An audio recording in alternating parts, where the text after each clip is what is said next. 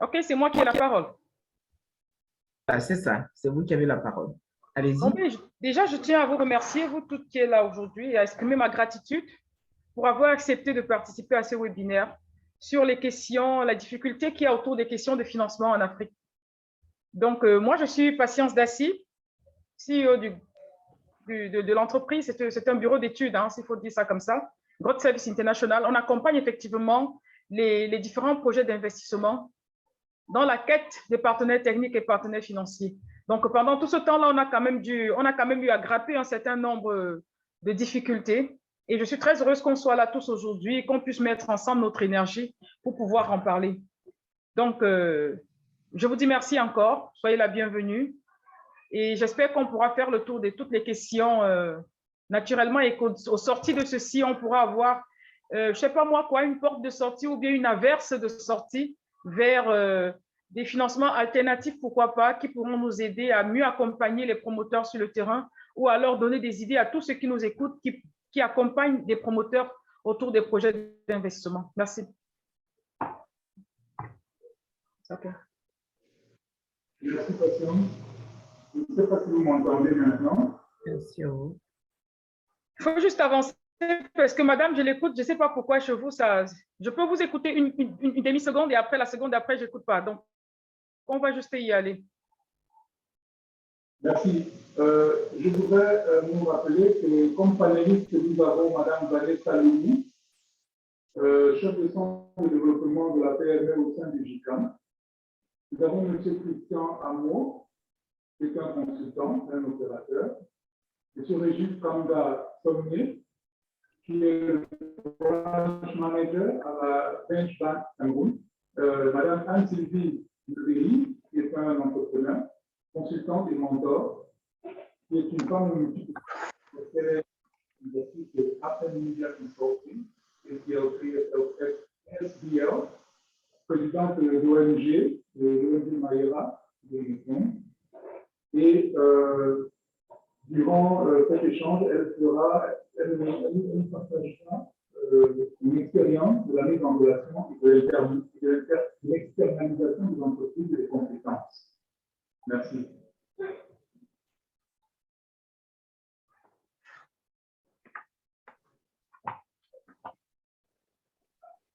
Si vous m'avez suivi, je propose que nous allions directement dans le fond.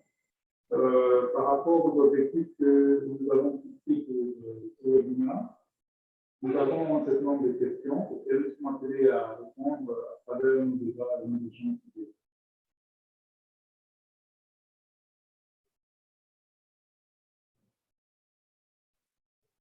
On vous entend vraiment difficilement. Est-ce que vous pouvez lever un peu la voix parce que on entend vraiment en sourdine, quoi. Merci. Je vous assure, J'ai rien suivi. évidemment, la prochaine personne qui prend la parole, c'est qui?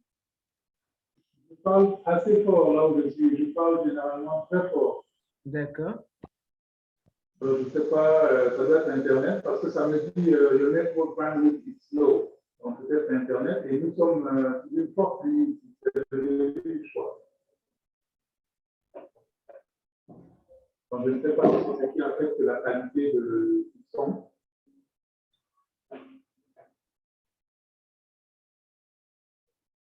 Monsieur Christian, qui est la personne qui doit prendre la parole en deuxième position?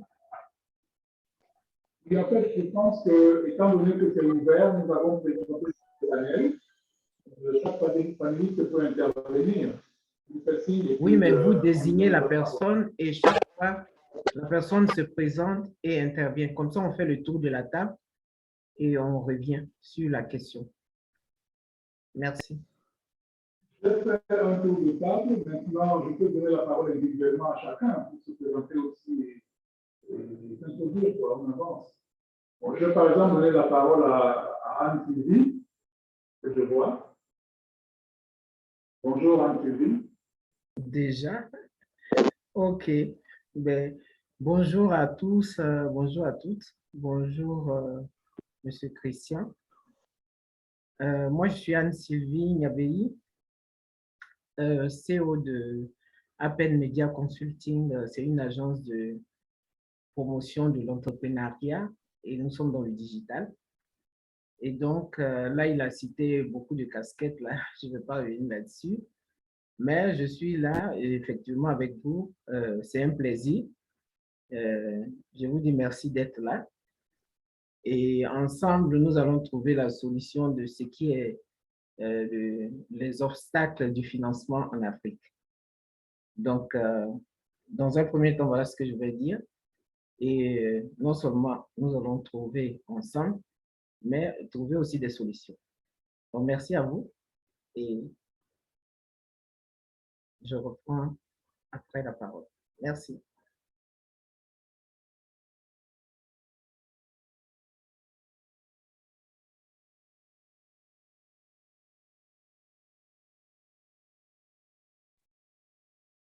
Est-ce que ça va mieux?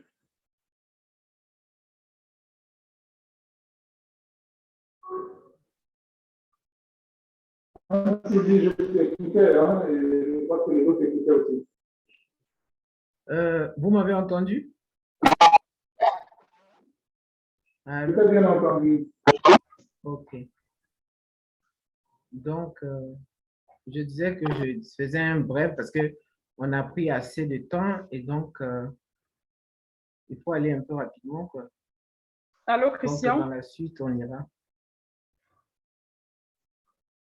Je vous écoute. Vous m'entendez? Christian, s'il te plaît, est-ce que tu permets que je puisse, parce qu'on ne t'écoute pas vraiment, si ça ne te dérange pas, je pourrais peut-être leur faire le tour des questions, si ça ne te dérange pas. Bien sûr, avec plaisir. D'accord. J'aimerais m'adresser à Madame Vanessa Loumou. Est-ce qu'elle est en ligne? Bonjour à tous. Donc, à toi de te présenter et puis on va avancer. Bonjour et merci pour l'invitation. Je suis Vanessa Loumou, chef du Centre de développement de la PME au GICAM. C'est un service spécialisé qui a pour principal objectif l'accompagnement de la PME. Notre travail est de les capaciter, de leur permettre à rester compétitives et fiables et de les aider à développer des moyens et des outils qui leur permettent de gérer leur business, quel que soit le secteur d'activité. Voilà. D'accord. Donc, il y a une question qui me vient directement à l'esprit. J'aimerais savoir, pendant l'exercice de vos fonctions, depuis le temps que vous êtes aux affaires, quelles ont été les difficultés que vous, en tant que responsable de cette antenne-là, aviez identifiées au niveau des promoteurs dans la mise en place de leurs différents projets ou alors de la capacité ou l'incapacité qu'ils ont de pouvoir porter leur projet au niveau embryonnaire pour passer à la prochaine étape, puisqu'on parle bien des PME? OK. Alors, déjà, il faut savoir que lorsqu'une entreprise vient chez nous et qu'elle bénéficie d'un accompagnement, c'est une entreprise qui est d'abord légalisée. Donc, ça veut dire qu'en nos yeux, elle a déjà passé la première étape, qui est, on se dit, si elle a été formalisée, ça veut dire qu'elle a quand même un projet qu'elle a estimé viable après une étude. Maintenant, ces entreprises ont principalement des problèmes de structuration, parce qu'elles légalisent leur projet et puis il se trouve qu'elles n'ont pas forcément les éléments qu'il faut pour mener à bien leurs activités, pour faire vivre leur business plus longtemps. Le principal problème, déjà, c'est comment est-ce que je gère mon entreprise. Quand on a une bonne idée, on a tendance à penser que comme la première année, on a fait un chiffre d'affaires plus ou moins respectable, alors ça veut dire qu'on peut gérer sans tenir compte de l'avenir. Et généralement, après 2 ou 3 ans, elles se retrouvent avec des problèmes, soit de trésorerie, soit de structuration, soit de, comment on appelle ça, de quantité de, comment on dit, Trésorerie. non, pas de trésorerie, mais comment on va dire ça, de stock, voilà, des problèmes de stock si c'est une entreprise qui fait dans les produits. Et du coup, elle entre dans un engrenage où elle la ressorte difficilement. Donc, notre principale mission, c'est de leur dire attention, tu es jeune, tu n'as pas encore 10 ans, donc voilà les préalables, les étapes à traverser et ne t'appuie pas seulement sur le chiffre d'affaires que tu penses faire pour avoir l'impression que ton business sera viable. D'accord. Donc, merci pour votre intervention. J'aimerais me retourner vers M. Christian Amo. Bonjour, Christian. Oui, bonjour, Patience. Donc, à toi la parole, si tu peux présenter l'organisation pour laquelle tu travailles et puis on va y aller. D'accord. Alors, je suis Christian Amo. Je suis responsable amorçage pour le Cameroun, responsable des financements d'amorçage pour le Cameroun chez Investisseurs et Partenaires. Donc, Investisseurs et Partenaires, c'est un fonds d'investissement d'origine, enfin, dont le siège est en France, mais qui opère principalement en Afrique, donc dans 13 pays africains et dans l'océan Indien. Donc, le fonds d'investissement a pour vocation d'accompagner des PME et aujourd'hui des startups avec des financements soit en capital, par prise de participation, soit sous forme d'avance remboursable. Donc, moi, je suis en charge de tout ce qui est financement d'amorçage, donc probablement pour des jeunes entreprises qui ont en général moins de 250 millions de francs CFA. Donc, je suis en charge justement des financements pour ces entreprises au Cameroun. Donc, voilà globalement ma présentation. D'accord, merci. Donc, je vais revenir vers Madame Anne-Sylvie. Après vos financements, pour ma part, on a souvent écouté les banques ou bien tous les organismes qui apportent des financements se plaindre du risque élevé. Le risque est très élevé lorsqu'il faut aller vers les entreprises en Afrique, le risque est très élevé dans les financements, dans tous les financements qui concernent les projets d'investissement en Afrique. D'après vous, quel est le véritable problème, Madame Anne-Sylvie? Qu'est-ce qui coince? Où est-ce que ça coince tout le temps pour que les investisseurs soient toujours en train de se retirer et que nos banques locales ne soient pas intéressées à prendre le risque qu'ils prennent ailleurs dans nos entreprises en Afrique? Les obstacles sont liés souvent aux garanties parce que la plupart de ceux qui cherchent dans l'investissement, les banques demandent des taux élevés. Ce qui est important, c'est, moi je pense qu'il faut se tourner vers le financement participatif pour éviter tout ça. Dans le financement participatif, il y a tout le monde s'y met et on essaie de faire une régulation pour que chacun y profite, c'est-à-dire le plus petit. Parce qu'aujourd'hui, quand tu n'as pas un certain niveau, aucune banque ne peut t'accompagner, même quand tu as comment on appelle ça, des personnes ressources qui veulent se donner pour garant, il n'y a aucune. Et malheureusement, c'est un fait qui est très grave et prononcé partout où on investit. Donc moi, aujourd'hui, la seule chose qui peut éviter cet obstacle, c'est que l'Afrique accepte de faire aussi le financement participatif. Et le financement participatif, il faut vraiment être organisé pour le faire. Il y a un couac aussi qui fait que nous sommes, bon, moi je suis ici en Belgique, mais pour la plupart de ceux qui veulent entreprendre sont plus en Afrique. Et il y a l'échange des dollars ou des US et tout ça. À ce niveau-là aussi se pose le problème de financement participatif parce que tout ça se fait en ligne. Donc, je crois que c'est à ce niveau-là qu'il faut en parler plus et puis essayer de faire des négociations. Essayer de faire des négociations parce que c'est des taux qui sont là, qui ne bougent pas. Et donc, voilà. C'est tout ce que je peux dire concernant ces obstacles-là. Je ne sais pas si j'ai répondu à votre question. Et si vous permettez, comment est-ce que les financements participatifs sont structurés? Ben, le financement participatif, on va dire, c'est une plateforme que, bon, là, nous sommes invités par AfroSkill. AfroSkill peut créer cette plateforme-là et permettre aux personnes de s'inscrire.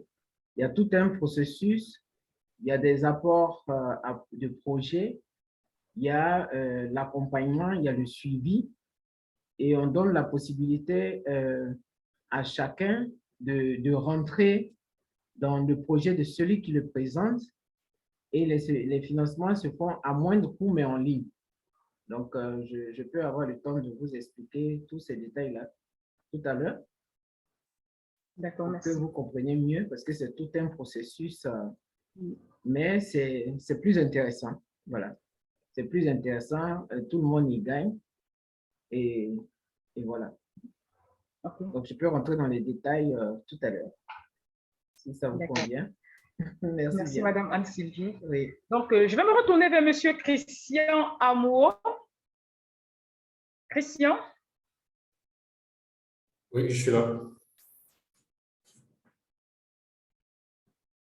D'accord. Je voudrais savoir, dans l'organisation avec laquelle tu travailles, quels sont les pour assurer la maîtrise des risques que vous prenez lorsque vous investissez ou lorsque vous apportez de l'argent dans un projet? Puisque la plupart du temps, on parle quand même de projets pour réduire le risque. OK. Bon, déjà, ce qu'il faut dire, c'est que moi, je suis dans le compartiment le plus risqué.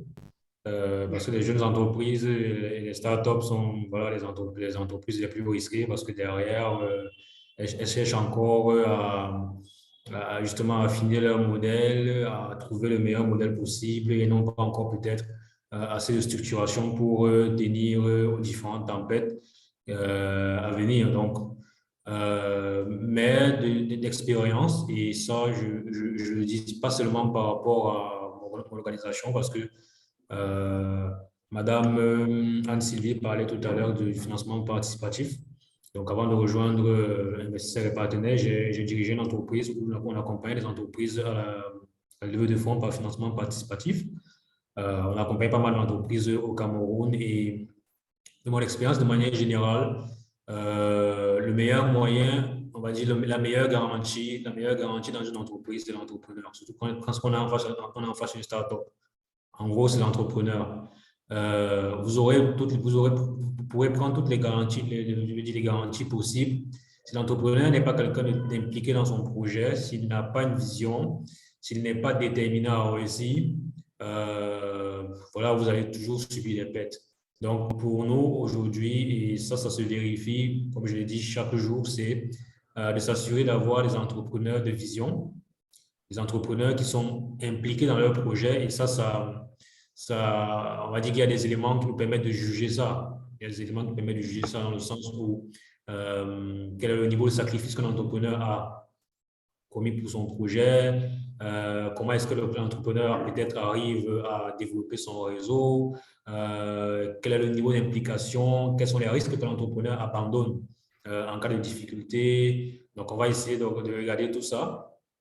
Et puis, autre chose, je pense que moi, je suis au niveau du compartiment amorçage. Donc, les financements qu'on propose ne demandent pas de garantie parce que c'est supporté par des organisations internationales du type Union européenne, Agence française de développement. Donc, on ne demande pas de garantie sur ces modèles de financement. Mais en contrepartie, on s'assure que les projets ont déjà un chiffre d'affaires. Donc, pour nous, la garantie, c'est le chiffre d'affaires. Être sûr que le promoteur a déjà au moins un chiffre et qu'il a déjà des clients et que voilà, le projet a un fort potentiel, que la croissance va suivre. C'est des prévisions qui ne sont pas sûres à 100%. On va peut-être forcément se tromper sur un ou deux projets, mais de manière générale, lorsque on a validé le profil du promoteur, en sachant que c'est un promoteur qui est transparent, qui est impliqué, qui est intègre, qui est flexible, parce qu'il y a aussi cet élément de flexibilité.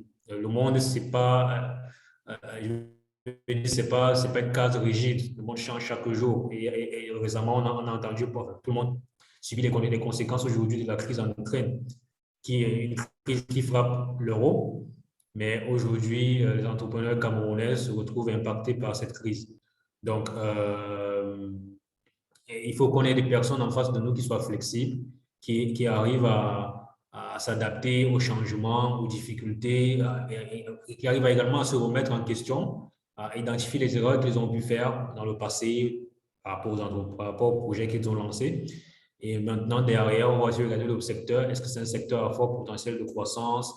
Voilà, parce qu'en général, nous, en fonds d'investissement, on aime bien les projets qui font 100%, 200% de croissance par an. Donc, si vous avez un projet qui évolue à 10%, 20% de croissance par an, en général, on ne va pas être intéressé parce que ce n'est pas exactement ça. Quand je dis 100% par an, c'est que si vous avez fait 2 millions cette année, vous devez faire 10 millions l'année prochaine, ou bien 4 millions l'année prochaine. En général, c'est à peu près sur ces modèles qu'on va. Donc, voilà comment est-ce à peu près on gère les garanties au niveau de l'amorçage. Maintenant, au niveau de la prise de participation, c'est totalement différent parce qu'on partage le risque avec le promoteur. Donc, parce que derrière, c'est du capital qu'on investit. Maintenant, derrière, il peut arriver qu'on apporte également de la dette. Cette fois-là, une dette avec taux d'intérêt qui n'est pas baquée par une agence parce que derrière, en général, pour tout ce qui est capital d'investissement, on va s'adresser à des entreprises un peu plus, avec un chiffre d'affaires un peu plus important. Donc, en général, autour de 300 millions, 500 millions de chiffre d'affaires. Donc, là, on va peut-être demander certaines garanties du type des garanties sur du matériel, sur des hypothèques et tout. Mais pour les jeunes entreprises, vu la formule de financement et vu les financeurs, les bailleurs de fonds, on ne demande pas en général de garantie. On s'assure juste qu'on a en face de nous des gens qui savent où ils vont. Parce qu'un entrepreneur qui, avec son premier investisseur, n'est pas intègre, n'est pas honnête, c'est sûr qu'il ne va pas s'en sortir avec les prochains investisseurs. Donc, on s'assure qu'on a justement des entrepreneurs qui savent où ils vont, qui ont une vision, qui veulent réussir. Et en général, avec ce type d'entrepreneur, les choses se passent très bien. Super. Donc, si je comprends bien, la maturité du projet compte énormément dans votre processus de financement. Oui, Le niveau de maturité est très important. Le niveau de maturité compte énormément. Le niveau de maturité des projets, ça compte énormément. C'est très important lorsque vous avez à financer un projet ou à accompagner un promoteur. C'est très important. Je vais me retourner vers Madame Anne-Sylvie. Oui. Je vais me retourner vers Madame Anne-Sylvie. Madame Anne-Sylvie? Oui. Dans votre cadre, comment vous faites pour apprêter les promoteurs? Parce qu'en fait, il se pose là une question de maturité de projet. Comment vous faites pour accompagner les différents promoteurs qui viennent à vous, que leur projet soit quand même à un certain niveau de maturité afin qu'ils puissent penser, n'est-ce pas, au final, un quelconque établissement de financement? Comment vous faites pour la maturité des projets? Comment vous les accompagnez? Moi, dans mon modèle, c'est la plateforme qui accompagne parce qu'on ne veut pas, par rapport à la maturité dont parle Monsieur Christian, c'est quand même déjà des grosses entreprises, des startups. Mais quand c'est la personne lambda qui veut rentrer dans ce financement participatif, c'est la plateforme sur laquelle il s'inscrit qui l'accompagne. Il présente son projet, ça peut commencer de 3 000 euros. Enfin, quand je dis 3 000, de 3 millions en Afrique, de 3 millions jusqu'à 10 millions. Mais quand on dit, comment on appelle, financement participatif, c'est pratiquement tout le monde, des créateurs, des artisans. Il faut permettre à chacun de pouvoir se retrouver dedans. Donc, c'est la plateforme qui s'irrigue en formateur et qui les accompagne dans ce projet. Et aussi d'autres personnes, par exemple, qui ont déjà sur la plateforme, qui sont déjà rentrées dans des campagnes, savent comment ça se passe. Et pour éviter le risque, c'est toujours le conseil, c'est toujours le regard porté sur les petites qui montent. Donc, il faut aider ces petites-là à remonter pour être à ce niveau. Donc, nous, dans notre cas, on prend tout le monde. Parce que si tu veux attendre la maturité, ce n'est pas tout le monde il y a vraiment beaucoup de personnes dans les, comment je peux appeler ça, qui n'ont pas assez de moyens et qui veulent quand même entreprendre. Ces personnes-là, on ne va pas laisser pour compte. Donc, il faut pouvoir les accompagner.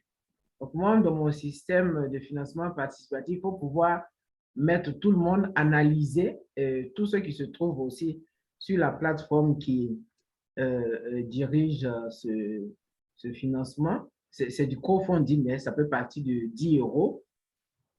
On peut faire des appels à fonds aussi pour compléter celui qui a son projet. Mais il faut que son projet soit viable, que ce soit intéressant, que ça intéresse des personnes qui veulent y participer et tout ce processus-là. D'accord. Et voilà. quand vous parlez de participation, est-ce que c'est pour tout le coût d'investissement total du projet ou alors c'est juste une question d'avoir un certain apport personnel avant d'aller vers de plus gros organismes de financement? Si, il y a l'apport personnel. Quand, par exemple, je dis, pour quelqu'un qui a un petit projet, il peut voir son entourage et puis c'est la plateforme qui décide de combien tu as et combien on peut rechercher pour compléter ton projet s'il est viable. Donc, on peut partir, mais il y a toujours, comment on appelle ça, un fonds personnel. Toujours, que ce soit le fonds, mais il faut que toi qui envoies ton projet, donne la possibilité à celui qui veut t'aider d'y participer en l'encourageant à dire que voilà ce que moi j'ai, voilà ce que je veux obtenir, voilà où je veux arriver. Et à combien vous évaluez généralement cet apport personnel-là du promoteur principal? Ah, ça dépend. Hein. Quand je dis que les projets commencent par 3 millions, c'est vraiment si un en projet, CFA, ça peut être 3 millions de francs CFA. Voilà, 3 millions de francs CFA. Ça peut être dans l'agroalimentaire, dans l'agriculture surtout. C'est là-bas qu'il y a plus de projets où on peut accompagner des personnes et il y a des désignations aussi de mentors, comme nous, par exemple, qui nous prenons en charge d'accompagner ces personnes-là. C'est comme si on le mettait à l'épaule pour le suivre dans sa réussite. Oui. Donc, il y a tout, hein, il y a tous les montants, mais il y a des spécialistes qui se retrouvent sur cette plateforme. Par exemple, nous sommes là tous. Parmi nous, il y a des spécialistes qui peuvent analyser, qui peuvent réfléchir, qui peuvent apporter leur comptabilité ou comment on appelle ça,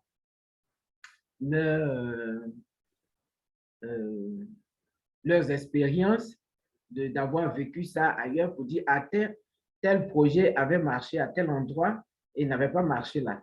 À tel autre. Donc, il faut donner la possibilité à tout le monde de pouvoir entrer dans ce financement participatif. On appelle ça crowdfunding. Voilà. Je suis d'accord. Je suis d'accord. Ça marche très bien.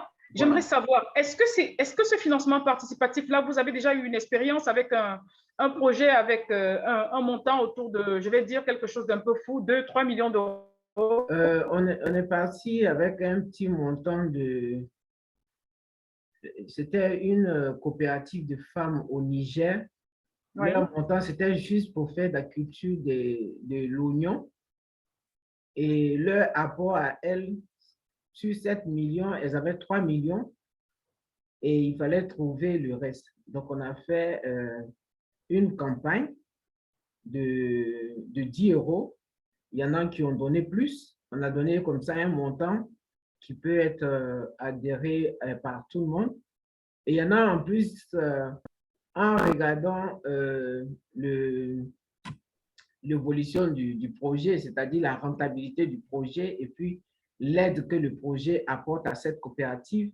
Il y en a qui ont dit, ah, moi, au lieu de donner 10 euros, je donne 15 euros, ainsi de suite. Mais le problème, c'est quoi? C'est que avec tout cette campagne, quand on arrive à l'objectif du financement demandé et que ça n'a pas pu aboutir, il y a les remboursements qui se font. Hein? Parce que il faut atteindre et ça se fait vraiment sur une période bien donnée. Bien Vous donné. devez rentrer dans ce carnaval-là de période donnée. Il faut que les 7 millions dont on parle doivent arriver, par exemple, on dit en un mois, il faut pouvoir réunir cette somme. Donc, en plus de ce qu'eux, ils ont donné, on recherche dans le lot, dans Absolument. tout pays, Absolument. des personnes Donc, qui je vais... peuvent apporter quelque chose. Oui. Alors, dans cette participation, si le montant qui est rentré, parce qu'on adresse la campagne à tout le monde, si ce montant-là dépasse, la plateforme peut avoir son pourcentage sur ce dépassement-là. Mais ce n'est pas payant et c'est gratuit. D'accord. Donc, voilà. Merci beaucoup. Merci beaucoup pour votre intervention. Oui. Madame Vanessa. Merci. Allô, Vanessa? Oui, je suis là. Voilà. Je vais encore revenir sur la maîtrise des risques. Je vais revenir sur la maîtrise des risques parce que le problème avec l'Afrique, c'est le risque très élevé. Risque très élevé qui est dû soit à l'environnement dans lequel nous faisons nos affaires ou encore à l'incapacité de nos promoteurs de pouvoir être reliable. Parce que j'ai un banquier qui m'a dit, ça fait pas longtemps, je voudrais bien donner de l'argent, mais comment je fais si quelqu'un ne rembourse pas? Comment je fais pour le tenir? Vous donnez de l'argent à quelqu'un, il peut disparaître du jour au lendemain et vous ne ferez rien. Il vous a remis un terrain en garantie et puis après, il s'évanouit dans la nature et vous n'avez rien à faire. Moi, je voudrais savoir au niveau du GICAM, dans votre département précisément, parce que c'est un département assez sensible quand on parle des PME. Comment est-ce que vous vous êtes préparé à accompagner vos promoteurs ou toutes les personnes inscrites autour de votre département à améliorer le niveau de risque qu'ils présenteraient face à un investisseur? OK. Pour le fait, il faut savoir que nous sommes un peu, comme tu viens de le dire, en amont de toute la procédure de financement, que ce soit le financement classique ou le financement participatif. Et ce que nous aidons à faire principalement aux PME, on appelle ça chez nous l'éducation financière. Oui. Alors, l'éducation financière consiste à quoi? C'est qu'on rend nos PME moins risquées pour le banquier.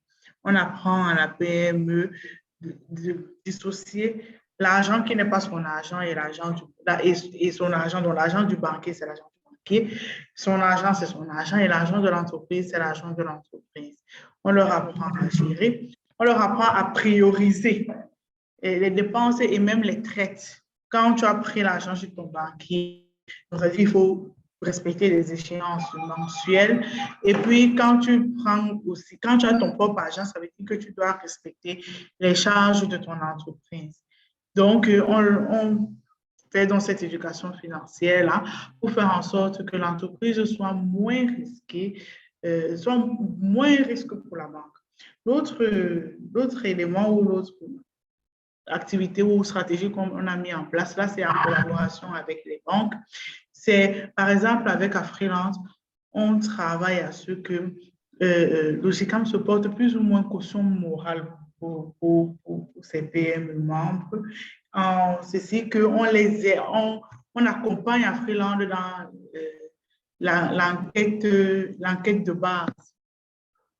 Dans l'enquête de base, ça veut dire, quand vous allez déposer votre dossier à la banque, ils font une mini-enquête à travers vos états financiers, ils font une descente de terrain pour savoir si le projet est viable, s'il est bancable, ce genre d'enquête.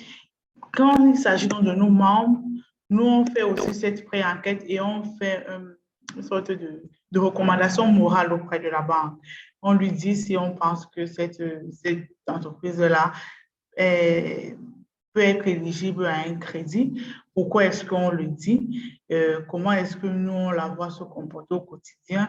Si elle a déjà mis un certain temps dans notre groupement, on lui dit quelle est l'évolution de cette entreprise depuis qu'elle est membre? Est-ce que son chiffre d'affaires a évolué? Est-ce que sa masse salariale a évolué? Est-ce qu'elle a mis sur pied et mené jusqu'au bout des projets, le nombre de projets, quel type de projet? Donc, en gros, c'est un peu ça qu'on fait pour essayer d'amoindrir le risque que les PME sont pour les banques, parce qu'il y a une réalité, c'est que la structuration économique de notre pays fait en sorte que, de fait, la PME est fragile Et vu que c'est une contingente totalement extérieure à la banque et à la PME elle-même, on essaye de trouver un moyen de contourner cette difficulté-là. D'accord. Merci bien. Merci beaucoup pour votre intervention. Je pense que de cette manière-là, c'est un accompagnement assez gratifiant pour les PME parce que ce n'est pas évident, surtout dans l'environnement des affaires tel que nous l'avons. Pour une PME de pouvoir s'en sortir, honnêtement, ce n'est vraiment pas évident parce qu'il y a tellement de risques même avec ses propres clients quand on est une PME que parfois, honorer même les traites au niveau de la banque, ce n'est pas évident. Donc, il faut maîtriser les clients, il faut maîtriser l'environnement des affaires qui n'est pas très intéressant pour nous. C'est vrai que j'aurais aimé avoir sur ce plateau aujourd'hui quelqu'un qui vient du côté des impôts ou alors qui flirte. Mais maintenant, nous aussi, ce que je veux ajouter, c'est qu'on essaye aussi avec les banques de trouver une stratégie qui ne soit pas forcément le crédit. Par exemple, avec Afriland, de plus en plus, ils développent auprès des PME le principe selon lequel tu peux avoir un marché, mais tu n'as pas le fonds ou la capacité financière nécessaire pour préfinancer voilà, ce projet. Alors, Afriland t'aide à hauteur du montant dont tu as besoin et au moment du recouvrement, ils vont t'aider auprès de l'entreprise, de ton client à recouvrer le montant. Cela aide aussi les très petites entreprises à ne pas très vite entrer dans les dettes, mais plutôt à trouver donc des moyens pour pouvoir gérer leur business du mieux qu'ils peuvent. D'accord, merci bien. Christian? Moi, je suis d'accord avec elle, surtout pour l'éducation financière. C'est très important voilà, pour l'éducation financière parce que quand je parle de financement participatif, ça fait partie aussi de ça parce que une personne individuelle ne peut pas porter comme ça un projet, il faut qu'il soit accompagné, il faut qu'il soit associé. Il y a plus de garanties dans ça. Donc, c'est ce que je voulais préciser. Absolument. Mais j'ai apprécié l'intervention de Vanessa. Merci. Oui. Moi, j'aimerais revenir vers M. Christian Amo. Je voudrais savoir, Christian, avec l'expérience que vous avez et tout ce que vous avez déjà eu à financer comme projet, quand vous identifiez l'environnement dans lequel vous avez travaillé, parce que je pense que vous êtes dans plusieurs pays, vous êtes en Côte d'Ivoire, vous êtes au Cameroun et dans plusieurs autres pays de l'Afrique subsaharienne. Si je vous posais la question de savoir, par rapport à votre modèle de financement et par rapport à la façon dont vous accompagnez les entreprises jusqu'à maintenant, que pourriez-vous dire sur la faiblesse de l'environnement ou du système même, ou de l'environnement des affaires dans les pays où vous travaillez déjà, où vous êtes implanté? Qu'est-ce qui ne va pas au niveau de l'environnement des affaires? Qu'est-ce qui aurait facilité ou qu'est-ce qui aurait mis à l'aise et le promoteur et le financier pour que les choses puissent s'améliorer assez rapidement?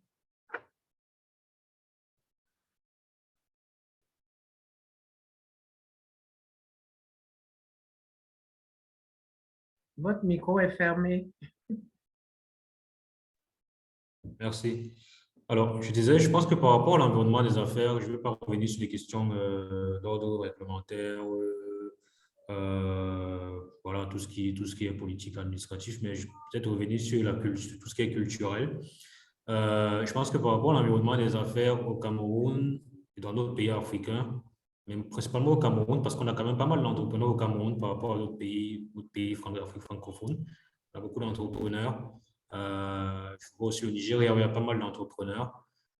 Sauf que dans ces pays, jusqu'à récemment, on avait beaucoup d'entrepreneurs de subsistance. Ça veut dire des gens qui se lançaient dans l'entrepreneuriat, pas parce qu'ils avaient une vision, pas parce que derrière, mais plus parce que derrière, ils n'avaient pas d'opportunité peut-être de créer d'emplois, bien d'avoir des emplois, et ont été obligés de lancer un projet qui, avec leur implication, leur engagement, a fini par se développer.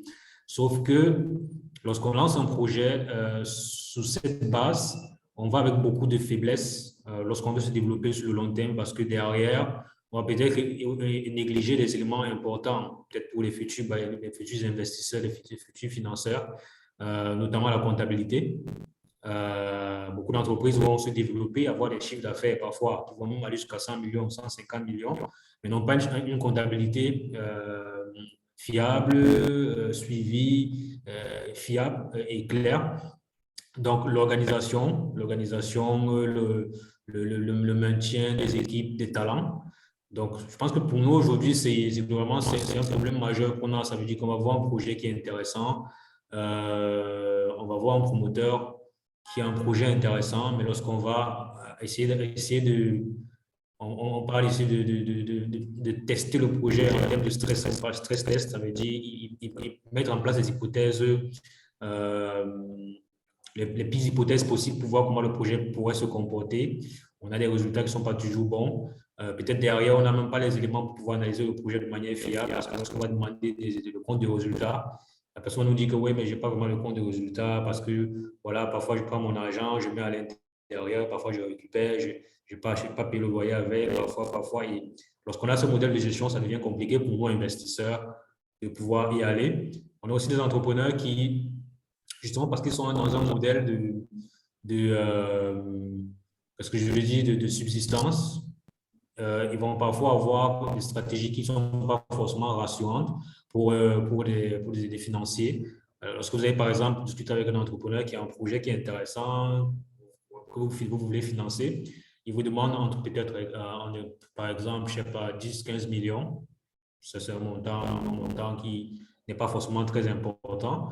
Et lorsque vous allez engager vos due diligence, vous allez essayer de, voilà, peut-être sonder un peu l'entrepreneur, vous allez vous rendre compte que ces 15 millions, l'entrepreneur l'avait, mais il a investi sur un autre projet sur lequel il est en train de travailler.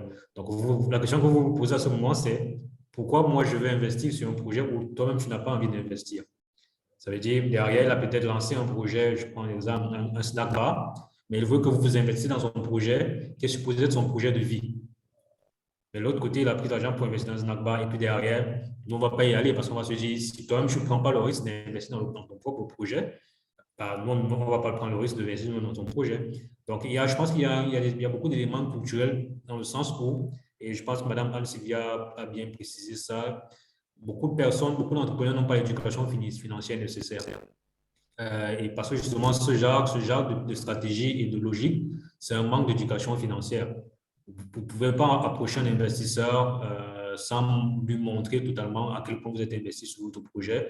Vous ne pouvez pas lancer une entreprise avec une vision sans mettre des bases en termes de suivi financier, de comptabilité, même si derrière cette comptabilité ne respecte pas forcément les règles, la réglementation, mais il faut on voit au moins que vous sachiez. Ça veut dire qu'on vous demande combien est-ce que vous avez vendu l'année dernière, vous êtes capable de dire que j'ai vendu 10 millions. Si vous êtes capable de dire combien est-ce que vous avez vendu l'année qui vient de se terminer, ça veut dire qu'il y a un problème, ça veut dire que vous ne savez pas où vous allez. Donc, je pense qu'il y a des petits éléments comme ça où il y a un gros besoin d'accompagnement au niveau des entrepreneurs qui ont beaucoup de volonté. Comme je dis, on croise beaucoup d'entrepreneurs qui se lancent, qui ont des projets très intéressants.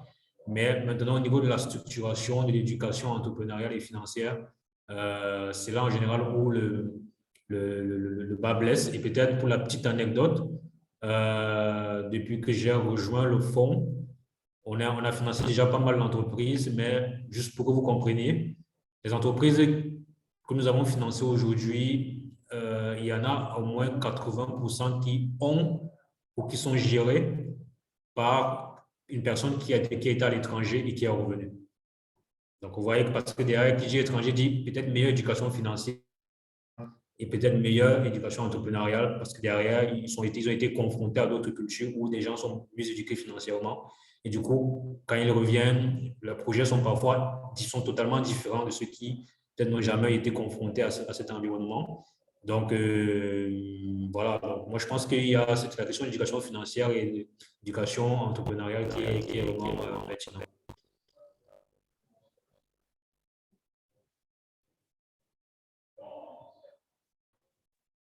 Merci. Merci à Christian pour cette précision-là. Je crois qu'il y a un souci d'Internet. Patience va nous revenir d'un moment à l'autre. Est-ce que vous m'entendez? On vous entend, mais oui, on vous entend un peu.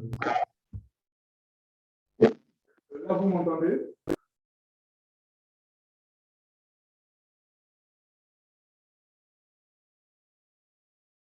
Oui, on vous entend. Sylvie, est-ce que tu m'entends? Oui, légèrement, mais ça va. fait, je comprends très bien tout ce que vous dites, sauf que j'avais une petite observation. Est-ce que les difficultés ne relèveraient pas plutôt du manque de technicité dans le montage de ces dossiers-là et peut-être également du type de garantie que ces personnes peuvent produire à la demande du financier? Par rapport au financement participatif, Oui. le financement participatif, il n'y a pas de garantie, hein. Il n'y a pas de garantie, seulement qu'il faut se mettre en groupe. Il faut s'associer avec des personnes qui croient à votre projet et vous le présentez, on l'analyse et on travaille là-dessus. On vérifie vraiment tout. C'est un peu comme une école aussi parce que quand on rentre sur la plateforme pour présenter un projet qui doit rentrer dans la ligne du financement participatif, il y a la première des choses, c'est cette question-là qui revient, l'éducation financière. Est-ce que, comme Christian a dit tout à l'heure, est-ce qu'on ne va pas vous financer alors que vous avez en idée de trouver ce financement-là pour financer un projet qui est derrière et vous le demandez pour présenter celui sur lequel vous voulez faire une passerelle pour présenter celui de derrière. Et là, c'est un risque. Parce que les personnes qui croient à votre projet, c'est des personnes volontairement qui vous accompagnent parce qu'ils veulent que vous réalisez votre rêve, votre projet. Donc, ils adhèrent à ça pour vous accompagner, mais il faut qu'il soit réalisé. Donc, il y a tous ces détails-là qui sont importants. C'est la raison pour laquelle il n'y a pas de garantie. C'est la plateforme qui prend la garantie. C'est la plateforme qui est la personne morale qui vous permet d'avoir des fonds pour pouvoir réaliser votre projet. Donc, c'est un peu comme vous vous organisez en coopérative, c'est-à-dire en personne. On ne peut pas aller tout seul avec tous les risques que ça comporte. Surtout, ces financements participatifs se font en ligne et c'est avec des euros, des dollars, des USD. Donc, ce n'est pas des francs en Afrique, mais si vous êtes en Afrique et qu'on finit de faire la campagne et qu'on récupère ces fonds, on va vous les donner en francs CFA. Mais il faut être suivi, il faut démontrer avec un business plan parfois comment on appelle ça? Oh là là, ça vient. Votre projet à court et long terme. Il faut présenter tous ces détails-là. C'est très important. Donc, c'est pour cette raison qu'il n'y a pas de garantie. Et la garantie, c'est la personne morale. Donc, la plupart des personnes qui viennent présenter leur projet, il y a vraiment beaucoup de détails qu'on demande.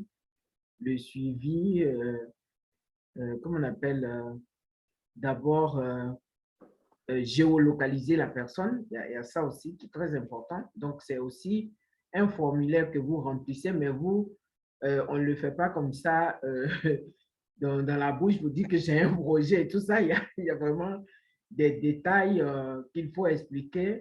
Hein, comment on appelle ça? L'introduction, d'abord, le contexte du projet, et il faut le définir, l'objectif général, l'objectif spécifique, et maintenant le déroulé de est-ce que, par exemple, dans le cas de l'oignon dont tu veux cultiver, est-ce que tu l'as déjà vendu? Est-ce que tu as des personnes, des clients qui sont d'accord pour prendre ton produit? Parce qu'il faut déjà penser à qui tu vas le vendre avant de venir demander l'accompagnement, quoi, avant de demander de présenter ton projet de financement.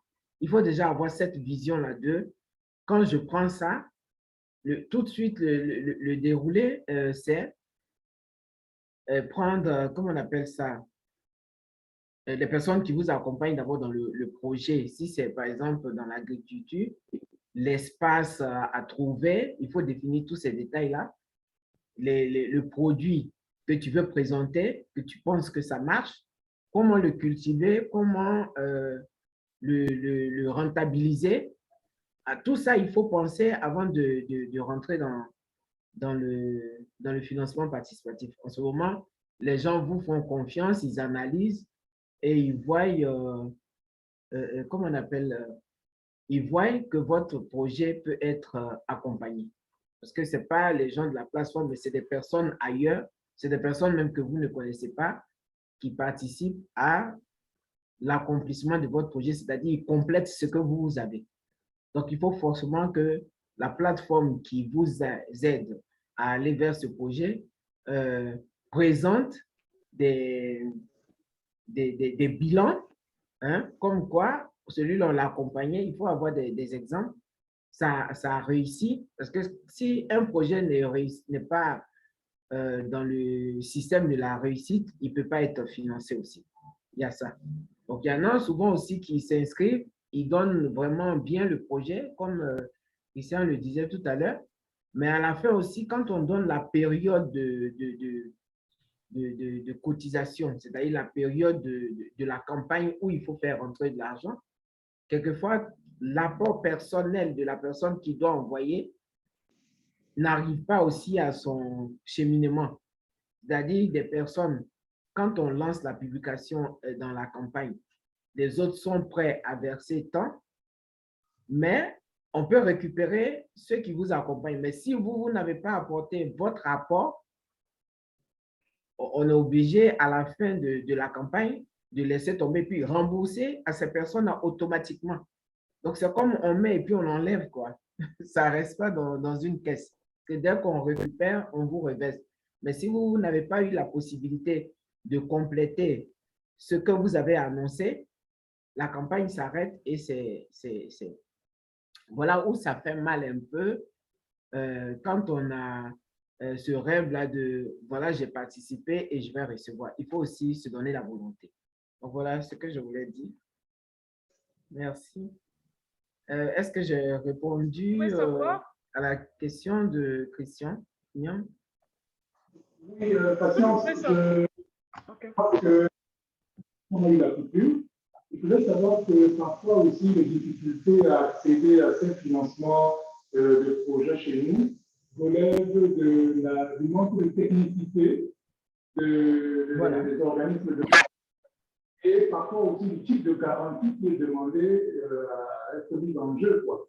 Et c'est à ça que Anne-Sylvie intervenait. C'est-à-dire qu'il y a aussi une possibilité où le fonds participatif peut aussi s'adresser aux banques. C'est-à-dire que, mais en étant toujours le garant moral, la plateforme qui prend ça. Donc, si le côté participatif n'a pas suffi pour faire ce garant, on peut aussi emmener ce fonds-là à la banque pour que ça fasse une caution et la banque donne, mais il faut que la personne qui envoie le projet respecte. C'est de là que c'est une garantie transactionnelle. Voilà. Parce qu'il y a trop de risques en Afrique. Il y a vraiment beaucoup de risques. Et tout ça, c'est de l'accompagnement, mais souvent, les gens ne comprennent pas que c'est pour t'accompagner à aboutir dans un projet entrepreneurial. Donc, c'est ce qui ralentit. Et la plateforme, le plus souvent, c'est des incubateurs qu'on fait. En fait, un incubateur, c'est comme une maison virtuelle. Ça peut être aussi présentiel, mais tout le monde n'y va pas. Mais on sait qu'à partir de cet incubateur, parce que c'est avec ça qu'on s'inscrit à l'Union européenne, aux choses, comment on appelle, aux fonds européens et tout, il faut pouvoir avoir un incubateur. C'est à partir de cet incubateur qu'on vous définit et on peut vous faire confiance que ça existe, mais les personnes qui doivent faire partie de ça doivent avoir une éthique. C'est très important, l'éthique. Donc, c'est là qu'il y a vraiment le problème de l'éducation financière, c'est-à-dire dans ça, on retrouve la confiance en soi et l'objectif à atteindre, mais avec la volonté. Il faut vraiment avoir envie de le faire. Et moi, je pense que ce serait mieux ça pour l'Afrique. Le problème, c'est quoi? C'est que en Afrique, nous ne sommes pas trop solidaires. Ça marche bien chez les autres, mais c'est chez nous que ça n'arrive pas à marcher parce qu'on n'aime pas s'accompagner. l'autre ne veut pas investir pour l'autre, l'autre ne veut pas comment on appelle ça, se mettre, comment je peux appeler ça, il ne veut pas se décider à aider l'autre. Et c'est là qui est le problème. Alors que ça peut nous accompagner à rentrer dans de l'industrialisation, la transformation. C'est très important. Donc, voilà un peu. Mais quand même, il y a des solutions. C'est à nous de trouver ces solutions, d'accepter d'être accompagné et cette éducation-là, d'y adhérer. Voilà un peu ce que je peux dire. Est-ce que j'ai répondu à votre Madame question? Anne-Sylvie, j'avais une préoccupation. Oui. En dehors du financement participatif qui permet effectivement à notre diaspora de véritablement soutenir le développement des projets à l'intérieur de l'Afrique, est-ce que vous pensez dans votre plateforme ou alors avec l'expérience que vous avez déjà jusqu'à maintenant, est-ce que vous avez pensé à une autre forme de financement qui permettrait à la diaspora de s'investir davantage? Un autre financement, il y a aussi les startups. Hein. Il y a aussi les startups qui ne font pas partie forcément des financements participatifs, mais la personne qui crée sa startup a toujours un garant moral, quoi. Oui. C'est toujours ça. Il faut que ce soit quelqu'un qui prenne en charge le risque de l'accompagnement. Donc, si je comprends bien, le premier problème que nous avons, l'environnement des affaires est peut-être un problème, mais la réalité, c'est le côté culturel. La culture du remboursement est un problème en Afrique. Voilà. C'est un gros problème et ça fait que il y a cette confiance-là qui n'est pas, quel que soit le montant de ton projet. On sait que, bon, quelqu'un qui veut, par exemple, avec, j'ai dit, comme ça, simplement, même 5 millions, on peut dire, oui, c'est rien du tout, on peut l'accompagner, mais arrivé au milieu, ce qu'il a présenté dans le projet qu'il va faire, c'est-à-dire les charges et tout ce qui entoure, il a déjà enregistré d'autres dépenses qui ne concernent pas le projet pour lequel il a voulu l'accompagner. Donc, ça, souvent, après, il se retrouve à dire, ah, je n'ai pas pu faire ci, je n'ai pas pu faire ça. Or, quand quelqu'un veut vraiment t'accompagner, il faut vraiment avoir cette éthique-là, de dire que ce dans quoi je me mets, je dois rembourser. Donc, l'épargne, c'est très important aussi, l'épargne. Je voudrais qu'on essaye de reprendre Madame Vanessa en ligne. Vanessa? Il y a le volet épargne. Voilà, avant que vous puissiez nous quitter, parce que je pense qu'elle est appelée à d'autres responsabilités au niveau du GICAM, ça court tout le temps. Est-ce qu'en tant que responsable au niveau du groupement patronal d'un pays d'Afrique subsaharienne comme le Cameroun, est-ce que vous avez déjà pensé en interne à d'autres modèles de financement que vous pourriez peut-être proposer aux institutions de financement qui pourraient s'aligner ou alors réduire le risque qu'est la culture et la culture de non-remboursement que l'on observe généralement auprès des entreprises? Est-ce que vous avez pensé à un autre modèle de financement, spécialement pour les PME? Parce que pour les gros projets, c'est tout autre chose. Pour les très gros projets de financement, c'est tout autre chose. Mais là, spécialement pour les PME. À proposer aux institutions financières, non, parce que, comme vous le savez certainement, la plupart des conditions de financement sont principalement soumises par la BEAC. Il y a des process et des procédures auxquelles les banques sont obligées de se payer parce que ces procédures-là sont dictées par la BEAC. Donc, c'est déjà difficile de demander à une banque de développer un concept particulier sans que celle-ci ne respecte les conditions imposées par la BEAC. Par contre, ce que nous sommes en train de faire, c'est qu'on s'est rendu compte que les banques, de manière générale, crédibilisent assez les entreprises qui passent par nous. Donc, nous sommes en train d'essayer de mettre sur pied un fonds d'investissement qui aura, c'est un fonds d'investissement dont l'objectif principal, c'est d'aider au maximum les PME qui veulent avoir les financements par voie conventionnelle, d'y accéder un peu plus facilement, et parce que nous avons entamé les discussions avec les institutions financières, bancaires particulièrement, qui nous ont fait comprendre qu'elles seront un peu plus en confiance de donner de l'argent à une PME si le GCAM avait un fonds d'investissement. Là, ça leur donnerait un peu moins de sueur froide en ce qui concerne le financement des startups et des PME. Donc, on travaille sur ce projet et on espère que d'ici le milieu de l'année prochaine, on pourra mettre sur pied un fonds d'investissement opérationnel. Très bien. Merci beaucoup, madame. Je sais que voulais merci à vous. Je voulais intervenir aussi concernant une autre solution. Il y a aussi l'épargne et puis il y a les tontines aussi. Les tontines aussi peuvent aider dans ce sens-là. Mais pour entreprendre, vraiment, il faut observer la discipline. Il faut vraiment, parce que moi-même, pour créer mes différentes entreprises, j'ai dû me bloquer. Il faut changer complètement. Il faut se séparer de beaucoup de choses. Il faut ne plus aimer beaucoup de choses qu'on aimait. Et puis vraiment se concentrer.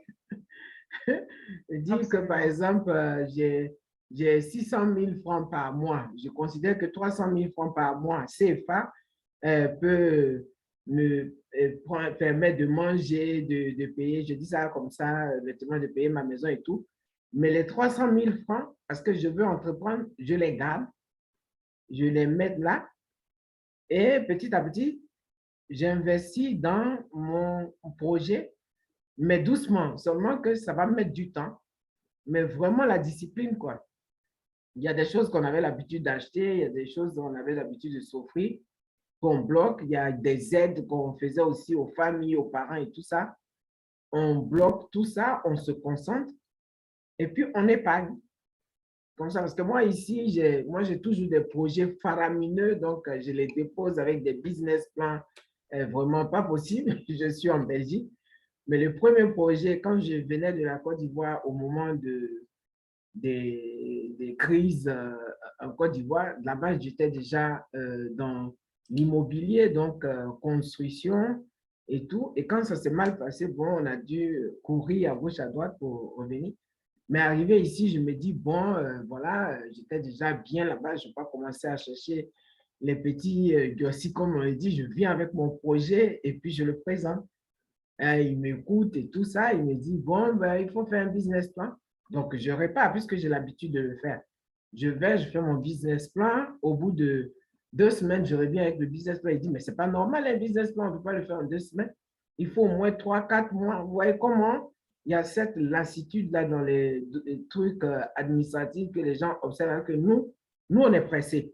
Nous, on veut aller vite et tout ça. Je te présente ça, effectivement, c'est bon, mais il était question que c'est dans l'agroalimentaire, donc je devais faire venir par mois au moins 1 tonne de produits. Il dit, ce n'est pas possible, ce n'est pas réalisable.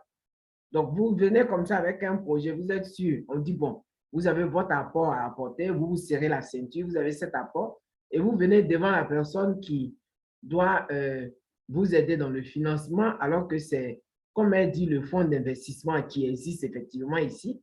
Mais dans ça encore, il y a le choix des personnes à qui on n'attribue pas, c'est à la tête de la personne ou à la tête du client. Donc, tout ça, ça bloque dans l'avancée des personnes pour devenir chef d'entreprise ou gérer son business, quoi. Donc, c'est la raison pour laquelle je parle de l'épargne. Il faut vraiment adhérer à ça. Donc, on n'a pas la culture de l'épargne. Voilà. Moi, ça, ils n'ont pas voulu le faire à temps. Mais ça m'a pris quoi? 5-10 ans avant de pouvoir investir en fonds propres dans l'entreprise. Et donc, quand j'ai vu ça, je me suis dit, bon, dans les banques, on ne peut pas avoir ici, on ne peut pas avoir. Je me mets au service de ma communauté pour aider, pour les accompagner. Parce qu'il y a le volet administratif qui est très important. il y a le volet de l'éducation financière aussi, mais il faut vraiment être fort, quoi. Il faut être résilient. C'est la résilience qui peut Résilience, emmener oui. à entreprendre. On a parlé du côté culturel, on a parlé de l'environnement des affaires, on a parlé de la culture et l'éducation au financement, à la gestion. Mais non, le document de base, parce que parfois, lorsqu'on évolue votre projet, vous n'êtes pas là. Parfois, les projets sont même rejetés depuis le départ.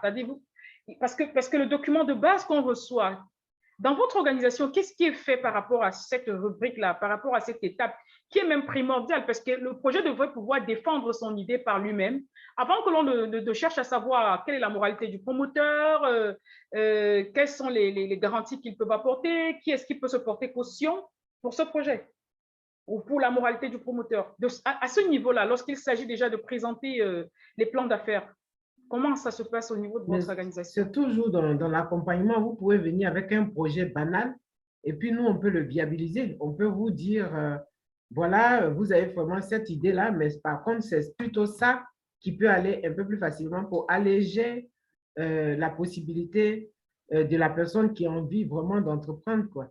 C'est quand on vient entreprendre, c'est vraiment dans la nécessité d'avoir et d'obtenir quelque chose assez rapidement, mettre en place un business qui va marcher vite. Mais c'est très important souvent de se mettre dans plusieurs business. Il faut avoir au moins 2 ou 3 sources de revenus ou même 7 sources de revenus.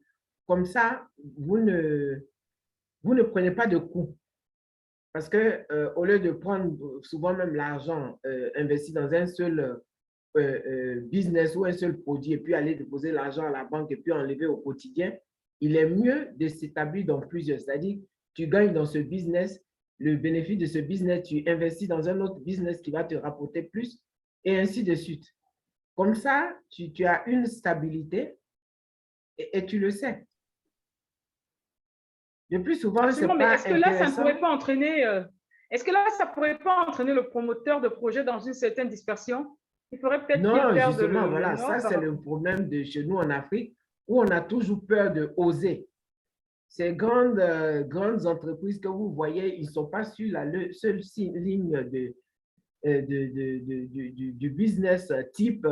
Il faut toujours avoir un plan B. C'est là que ça aide.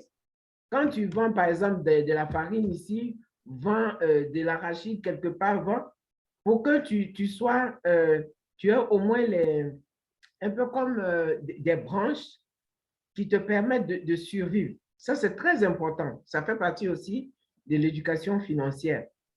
Il faut Absolument, vraiment parce que oser. si je dois prendre le cas de plusieurs chefs d'entreprise que j'ai eu à côtoyer, la chute de certains a été due au fait qu'ils étaient concentrés sur un seul pôle. Voilà. Et quand tu tombes, tu tombes, mais c'est vraiment. Et quand ça vraiment craque, ça va dans tous les sens. tout le dos, voilà. Il faut toujours avoir des appuis. Donc, il faut ici, là et là. Ici, moi, je suis dans l'accompagnement, c'est dans le digital. Bon, c'est un peu effet de mode, mais c'est intéressant aussi pour nos personnes en Afrique de se mettre dedans. Avoir des community managers, c'est un peu plus facile. On gagne de l'argent en ligne. Surtout Facebook où les gens vont pour rencontrer n'importe quoi et tout. On gagne de l'argent sur Facebook. Il faut juste créer la page et elle est monétisée. Quand tu n'as pas assez d'argent pour investir quelque part, tu peux t'ouvrir une page de Facebook, c'est gratuit. Tu peux booster la page. Booster la page, c'est-à-dire Facebook te demande par exemple à qui tu veux montrer ton produit. Tu dis par exemple, tel pays, je veux que le Cameroun voit mon produit, je veux qu'au Kenya, on voit mon produit, je veux là. Tu payes entre 2 et 10 euros. Tous ces pays que tu as cités qui sont, comment on appelle, abonnés sur Facebook, Facebook envoie ta publicité là-bas, ils voient, tu mets un numéro de téléphone, ils t'appellent, les gens t'appellent, même le produit, tu ne l'as pas, tu le photographies, tu le présentes, ils regardent la photo, tu sais que tu n'as pas ce produit, mais tu l'as photographié, tout ça, ça se passe en virtuel. Quand la personne t'appelle pour te dire, je veux ton produit, là, maintenant tu cours pour aller chez le marchand pour dire, ah, j'ai une commande. Et tu es obligé de livrer. Ça te permet aussi d'investir sans avoir de l'argent, mais avoir au moins une connexion Internet, Facebook, Instagram, un peu sur les réseaux sociaux. On peut aussi gagner de l'argent là. Ça, c'est aussi une autre alternative. OK. Je voudrais savoir si on a des participants ou alors des personnes qui nous écoutent qui avaient des questions spécifiques à poser. Oui. Est-ce qu'on est parti déjà à 1h30? Parce que là, je regarde, je n'ai pas reçu de questions jusqu'à maintenant, sauf si… Les gens, ils écoutent Donc, bien, mais personne ne pose des questions. La question que moi, j'aimerais vous poser, c'est cette question, elle m'est personnelle. Oui. Qu'en est-il des projets d'investissement d'une certaine ampleur? Est-ce que Oui. vous abordez ce type de projet-là?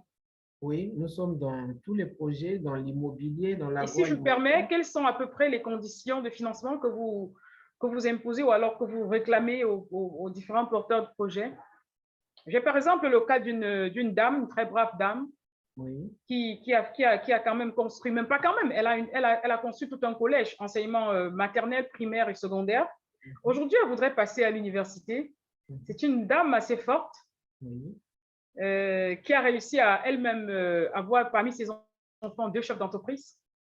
Un qui est dans les travaux publics, qui s'occupe des travaux d'irrigation dans les champs et ainsi de suite, et dans le traitement des eaux. Et une autre qui a ouvert une entreprise à Londres, qui fait elle achète des maisons et elle retape ces maisons-là pour pouvoir les revendre. Donc, voilà ce qu'elle fait. Et la dame, leur maman, c'est une brave dame. Aujourd'hui, elle voudrait apporter des financements pour son collège. Elle m'a posé la question de savoir il y a quelques semaines comment je fais. Je lui ai dit, je ne sais pas comment tu vas faire, mais je crois qu'on va trouver une solution. On trouve toujours une solution. Parce que le chemin que vous avez déjà eu à parcourir montre que vous êtes tenace. Sinon, vous n'aurez pas fait juste pendant toutes ces années pour être là où vous êtes. Donc, quant à votre moralité, je n'en doute pas. Elle me dit, j'ai quand même de l'espace pour faire le collège, pour faire l'université, mais je ne sais pas, qu'est-ce qu'il va falloir que je puisse réunir? Alors, si cette dame est devant vous en ce moment et qu'elle vous pose la même question, qu'est-ce que vous pouvez lui dire? Mais c'est ce que je dis qu'aujourd'hui, dans le digital, on peut trouver de l'accompagnement. C'est-à-dire, ce qu'elle fait, elle a ce projet-là, elle fait la photo de l'établissement ou elle fait la photo du terrain. Et puis, elle crée une page parce que nous, on donne de la visibilité. Elle peut s'adresser à nous pour pouvoir trouver des fonds et donner le descriptif même de son projet.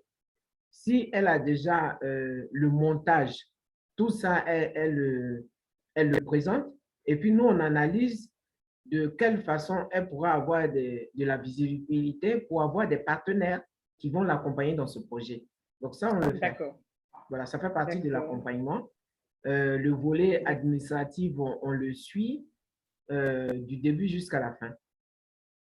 Et lui permet de… Là, ça me réjouit parce qu'il y a beaucoup d'entreprises qui veulent passer à une autre étape.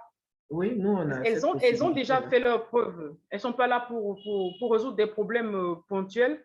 Elles ont fait leurs preuves. Elles sont restées dans le domaine de l'investissement et se sont battues dans l'entrepreneuriat. Elles ont résisté à toutes les tempêtes. Et aujourd'hui, elles veulent passer à une autre étape. Et je pense que ce type de projet, effectivement… Oui, nous, on encadre ce genre de projet, de personnes qui ont déjà commencé, qui veulent avoir de la visibilité. Ouais. On leur permet de leur donner de la notoriété et de les mettre aussi en contact avec des partenaires pour les accompagner dans leur projet. Ça, on le fait. Et dans combien de pays est-ce que vous êtes représenté ou vous êtes uniquement en Belgique? Non, non, non. La Belgique, c'est le siège qui est là, mais je suis un peu au Mali, au Bénin, au Togo, en Côte d'Ivoire, surtout en Côte d'Ivoire. Et là, en Côte d'Ivoire, on est en train d'organiser un festival international des arts et connexions. Les arts et connexions, c'est un peu les 3 arts, c'est-à-dire tous les artisans, tous ceux qui sont dans l'art, dans les artistes, les artisans, les agriculteurs, pour les géolocaliser en Côte d'Ivoire et les emmener sur une plateforme pour en faire, pour les connecter dans la commercialisation de leurs produits, pour les, comment on appelle, donner de la notoriété, de la visibilité à l'international. Donc, on le fait en festival pour permettre aux gens de venir en présentiel, non seulement pour ceux qui sont dans la transformation, présenter déjà leurs produits, mais pour ceux qui qui veulent, qui ont des projets ou qui ont des structures ou des espaces à transformer, les permettre de les mettre en contact, c'est-à-dire pouvoir les retrouver sur cette plateforme-là et puis les rediriger. Donc, on fait pour toute l'Afrique. Pour le moment, moi, c'est pour l'Afrique. Mais je demande aux gens de la diaspora de revenir en Afrique parce que dans l'agroalimentaire, il y a l'agro-business qui regroupe beaucoup de potentialités. Et voilà, il faut vraiment investir dans l'agriculture. C'est très important pour ceux. Il y a l'éducation, il y a vous avez des secteurs prioritaires comme l'agriculture? Le secteur prioritaire dans l'agriculture, il y a… Ce qui est important aujourd'hui, c'est arrêter de faire tout ce qui est des projets à long terme, par exemple le café, le cacao et tout ça. Il faut venir dans les légumes. C'est plus rapide, c'est plus rentable. Les patates, les pommes de terre, on en demande tous les jours. Voilà. Le gingembre, par exemple, c'est cherché. Actuellement, ici, les gens cherchent le poivre. Il y a du poivre de Penda au Cameroun qui est très non, mais j'ai beaucoup de personnes qui sont prêtes à vous livrer un 40 pieds de gingembre bien conditionné dans des cartons frais. Ah. C'est même des dames très fortes. Hein. OK, ben… Il y en a, donc après ça, vous pouvez retenir… J'ai des 100% chocolat. Mon contact et puis… Le chocolat, on peut travailler très bien ensemble. Fait, très bien conditionné. Voilà, j'étais même émerveillée. Oui. Ils ont eu une séance hier au Hilton à Yaoundé. J'étais même émerveillée. Elle me dit, mais je ne savais pas que c'était possible qu'on puisse avoir des maîtres chocolatiers de ce gratte-là. Oui. Mais si c'était au-devant de moi, j'ai vu, c'était vrai. Et on avait du pur chocolat. Parfait. Une plateforme boutique pour effectivement. Effectivement. On a la noix de cajou. Il y en a qui s'investissent dans la noix de cajou, qui sont en train de distribuer leur noix de cajou. C'est juste fantastique. Le gingembre, c'est toute une ferme, c'est-à-dire que c'est une dame très, très forte et qui a travaillé elle a toute une coopérative agricole avec elle. Elle a cultivé du gingembre pendant très longtemps. Très, très longtemps. Et aujourd'hui, elle se dit il faut qu'elle exporte. Parce qu'on a cette particularité-là que le gingembre qui sort du côté de Melon Tinja, effectivement, le test est assez différent. Voilà. Le Penja du Cameroun, c'est très apprécié. C'est très cher, c'est recherché. Et donc, nous, on a cette plateforme-là qui devient une vitrine africaine et on veut représenter les produits africains ici. Donc, c'est la raison pour laquelle je suis rentré chez AfroSkill là, pour pouvoir trouver des partenaires de l'autre côté pour présenter des produits ici. Mais ce qui est important ici, c'est surtout l'emballage, le packaging. C'est sur ça que les gens insistent. Ton produit, il est ce qu'il est, mais pour l'embellir, il faut le présenter vraiment dans un emballage assez sophistiqué, quel que soit le produit, mais qu'il soit bien présenté. C'est dans la présentation que la commercialisation passe vite. Alors que chez nous, en Afrique, c'est vrai, on a tout ça, mais on ne fait pas attention à la présentation. Absolument, absolument. Voilà. C'est là qu'il y a… J'ai un participant qui voudrait savoir, qui dit avoir un projet très ambitieux et qui nécessite beaucoup de moyens, mais il ne sait pas comment il va pouvoir commencer à moindre coût. Mais il aimerait savoir si présenter, dans sa quête de financement, présenter la vision globale du projet alors que son projet n'est encore que sur papier. Est-ce que c'est une erreur lorsqu'il présente la vision globale de son projet alors que ce n'est encore que sur papier dans sa quête de financement? Non, c'est bon de faire un résumé. Il emmène ça sur la plateforme AfroSkill et puis on va analyser et lui donner la direction qu'il veut que son projet prenne en échangeant avec lui, bien sûr. Ça, c'est possible. Oui. Je pense que M. Pierre on peut l'aider à la rédaction aussi du projet. Ça, on le fait. D'accord. Donc, déjà, ce n'est pas une erreur qu'il présente la vision globale de son papier, même de son projet, même si c'est encore que sur papier. Non, mais même si surtout, la plateforme AfroSkill peut l'accompagner. C'est lui qui a ça dans la tête. Donc, c'est comme tu es en train de construire, hein, tu sais qu'est-ce que mettre pour monter. Donc, il a le projet dans la tête, même si c'est sur un brouillon, il le présente comme ça. Et puis, ensemble, on analyse, on lui pose des questions. Et c'est lui qui doit dire, moi, je veux que ce soit ci, je veux que ce soit ça, voilà ce que j'estime. Voilà, il y a l'estimation du projet. Parce que quand tu ne l'as pas, mais tu sais au moins combien il peut coûter, ça aussi. Ça, il faut le savoir d'avance, approximatif. Parce qu'on fait toujours les budgets prévisionnels quand on a un projet. Ok. On fait l'estimation. L'autre question qui effleure mon esprit, c'est ce type de promoteur qui n'a pas d'apport personnel liquide, qui n'a que les terres, mais qui a travaillé. Je vais prendre un cas pratique. Il est réel, en fait. J'ai un promoteur qui est venu au-devant de moi et qui a travaillé, qui a vendu des tôles pendant des années. C'est-à-dire que sa première entreprise, si vous faites l'évaluation de sa première entreprise, vous trouvez que c'est quelqu'un qui vend des tôles. Il est toujours dans le manque de produits parce qu'au niveau de la production, ce n'est pas évident. On vend des tôles à certaines entreprises beaucoup plus qu'à d'autres. Et finalement, eux, le nombre de mètres qu'ils peuvent avoir, ils le prennent et puis vont le distribuer, mais il y a un marché énorme. Il y a un marché énorme. Il arrive même qu'ils aient des demandes qu'ils ne peuvent pas satisfaire. Plusieurs fois, ça arrive. De très grosses demandes, mais ils ne peuvent pas fournir les tôles. Ce jeune monsieur, je crois qu'il a une quarantaine d'années, il s'est dit, OK, moi, je vais monter une usine pour produire moi-même les tôles. Je prends les bobines du côté d'Alucam, je complète avec celles qui viennent de Chine. Je vais moi-même faire le pliage et puis je vais découper pour mettre sur le marché parce qu'en fait, il ne s'agit que de ça. Dans sa quête de financement, il a besoin de pratiquement 2 millions d'euros pour tout faire. Il n'a que son espace et puis il a son histoire avec sa première entreprise. Il n'a pas 10, 20, 30, 40% pour dire que ben voilà, moi-même, c'est ce que je peux faire. Il a un marché intéressant. Il a ça. Dans ce type d'approche, qu'est-ce que la plateforme AfroSkill pourrait faire pour accompagner ce type de promoteur? Malheureusement, qui n'a pas d'argent. C'est-à-dire que devant les banques, il ne passera pas. Dans un cadre de financement participatif, il faudrait bien que lui aussi mette sur la table d'abord pour que tout le monde se dise, ben voilà, c'est ton idée, c'est ton affaire, tu as risqué, alors nous pouvons te suivre. Mais visiblement, c'est quelque chose de très bien. Nous pouvons nous-mêmes faire une analyse du marché et constater que ben, le besoin est là. En regardant son ancienne histoire avec les banques, c'est quelqu'un de sérieux. Mais qu'est-ce qu'on fait de ce type de promoteur? Il est intéressant, le projet est intéressant, mais lui-même, il n'a pas d'argent liquide. Par contre, sur le plan physique, il a peut-être des espaces, un terrain qu'il peut mettre à disposition. Tout simplement, il faut lui trouver un marché. Il faut lui trouver un marché extérieur. C'est dans la commande qu'il peut réaliser.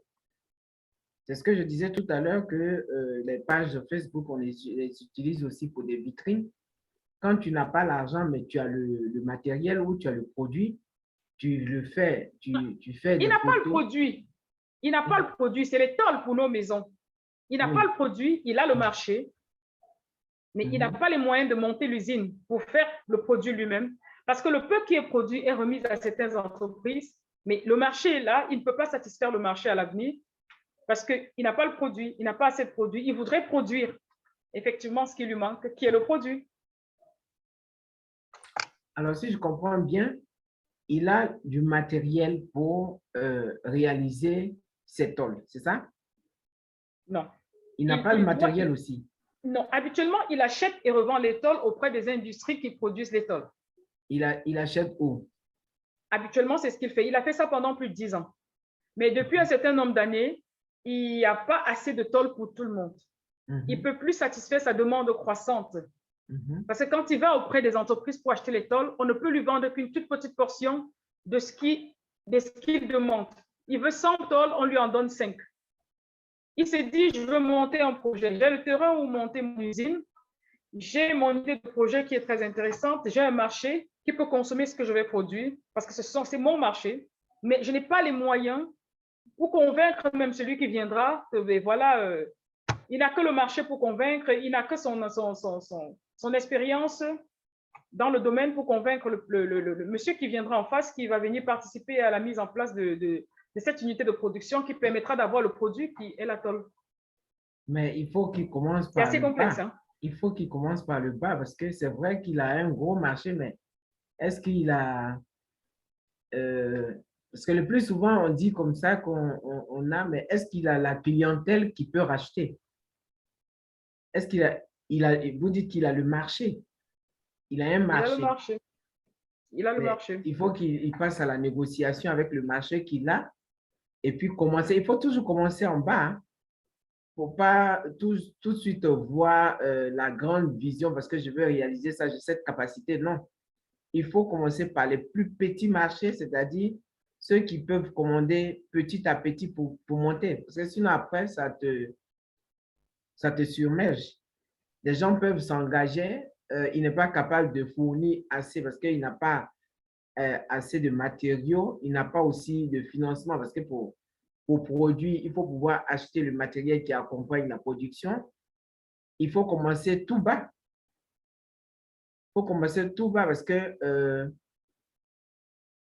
s'il n'a pas sur papier le dossier, enfin le projet pour prouver que c'est rentable, aucune banque ne peut s'allier à ça. Même le fonds de participation, de financement participatif ne s'adresse pas à une seule personne. Il faut toujours se faire accompagner de ton frère, de ton cousin, qui adhère à ton projet. Ils voient des personnes qui vont ensemble pour un projet. Mais en personne individuelle, ça, c'est difficile aussi. Il faut toujours commencer par le plus petit. Même la terre qu'il a, il peut sur 3 mois mettre des, comment on appelle ça, des légumes et tout ça, ça met 3 mois. La tomate, il faut avoir un cours d'eau à côté. Ou bien il y a la pisciculture qui est plus facile. Chercher un cours d'eau, creuser là 3,5 mètres et 1,5 mètres de hauteur, déverser de l'eau dedans, faire des poissons. Ça aussi, il y a des choses les plus élémentaires auxquelles on ne se met pas, mais on cherche gros. C'est pourquoi je dis qu'il faut toujours avoir 3 sources de financement ou 7 sources. Que les plus petits donnent. Même si tu as sur 10 000 francs que tu investis, tu as 2 000 francs par jour, c'est déjà important.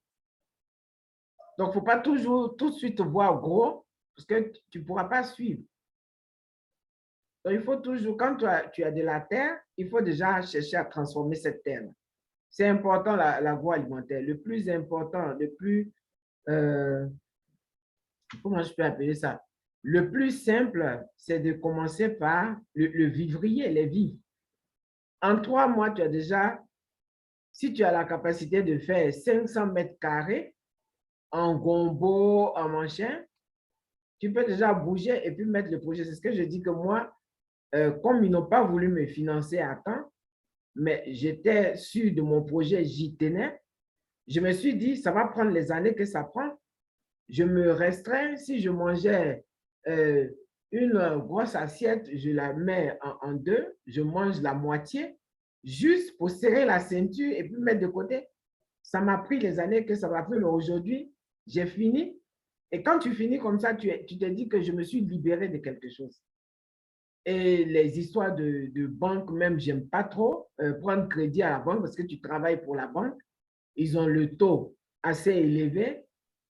Eux-mêmes, la banque, ils utilisent votre argent pour pouvoir aider d'autres personnes. Ils sont dans l'investissement, mais ils gagnent plus sur vous. Tu travailles, mais vraiment pour la banque. Et pour ne pas travailler pour avoir un crédit sur le dos, avec le peu que tu as, tu finances dans un petit business qui va te rapporter au jour. Tu rentres dans une densité de 3 mois, et c'est facile, quoi. Parce que les gros projets aujourd'hui, les gens ne veulent pas financer les gros projets. Les gens ne veulent pas. Donc, la première chose, l'une des choses qu'on devrait peut-être amener nos promoteurs à comprendre en Afrique subsaharienne, c'est la capacité de phaser les projets. Voilà. C'est-à-dire que le projet, il est grand, c'est joli, mais on va prendre une phase 1 qui va aller peut-être d'un besoin de 5 à 5 millions. Voilà. On va le faire, on va réussir ça. Lorsqu'on a réussi, on passera à une autre phase 2 qui va nous pousser peut-être à 15 millions. Et ainsi de suite, on va grandir. Il n'est pas question de se lever et d'avoir 70 ans le même soir. Non, c'est pas possible. On va faire comme avec un enfant, graduellement.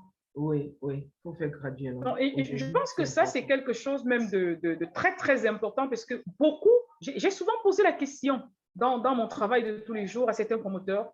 Est-ce que je peux faire un exercice avec vous? Ils me disent oui. Ils disent, on va changer de position. Vous êtes le banquier, moi, je suis le promoteur. Donnez-moi votre projet, maintenant, c'est le mien. Vous êtes le banquier. Et puis, on va faire cette mise en scène-là. On va s'amuser un peu. Ils me disent oui. Je dis, bon, mais moi, je viens vers vous parce que j'ai besoin de 150 millions de francs CFA. C'est un projet nouveau. Je n'ai jamais fait ça avant. J'ai juste mon projet. J'ai fini l'école. Ça fait 4 ans. Je me suis enfermée dans ma chambre pour écrire mon projet pendant 4 ans. J'ai continué à manger chez ma mère et à mon père pendant toutes ces années-là. Je ramène encore rien, mais je suis sûre que si ce projet fonctionne, je vais m'en sortir et je pourrai prendre soin de mes parents. Quelle garantie. J'ai été très heureuse parce que la première chose que le promoteur m'a demandé, c'est l'argent que j'ai, c'est l'argent de la banque. Je dis, mais c'est la même chose. C'est-à-dire, lorsque vous retournez la situation et que vous mettez dans la peau du banquier, qui non seulement, comme Madame Vanessa disait tantôt, il y a l'influence de la BIAC, il y a les conditions d'octroi de financement pour les banques.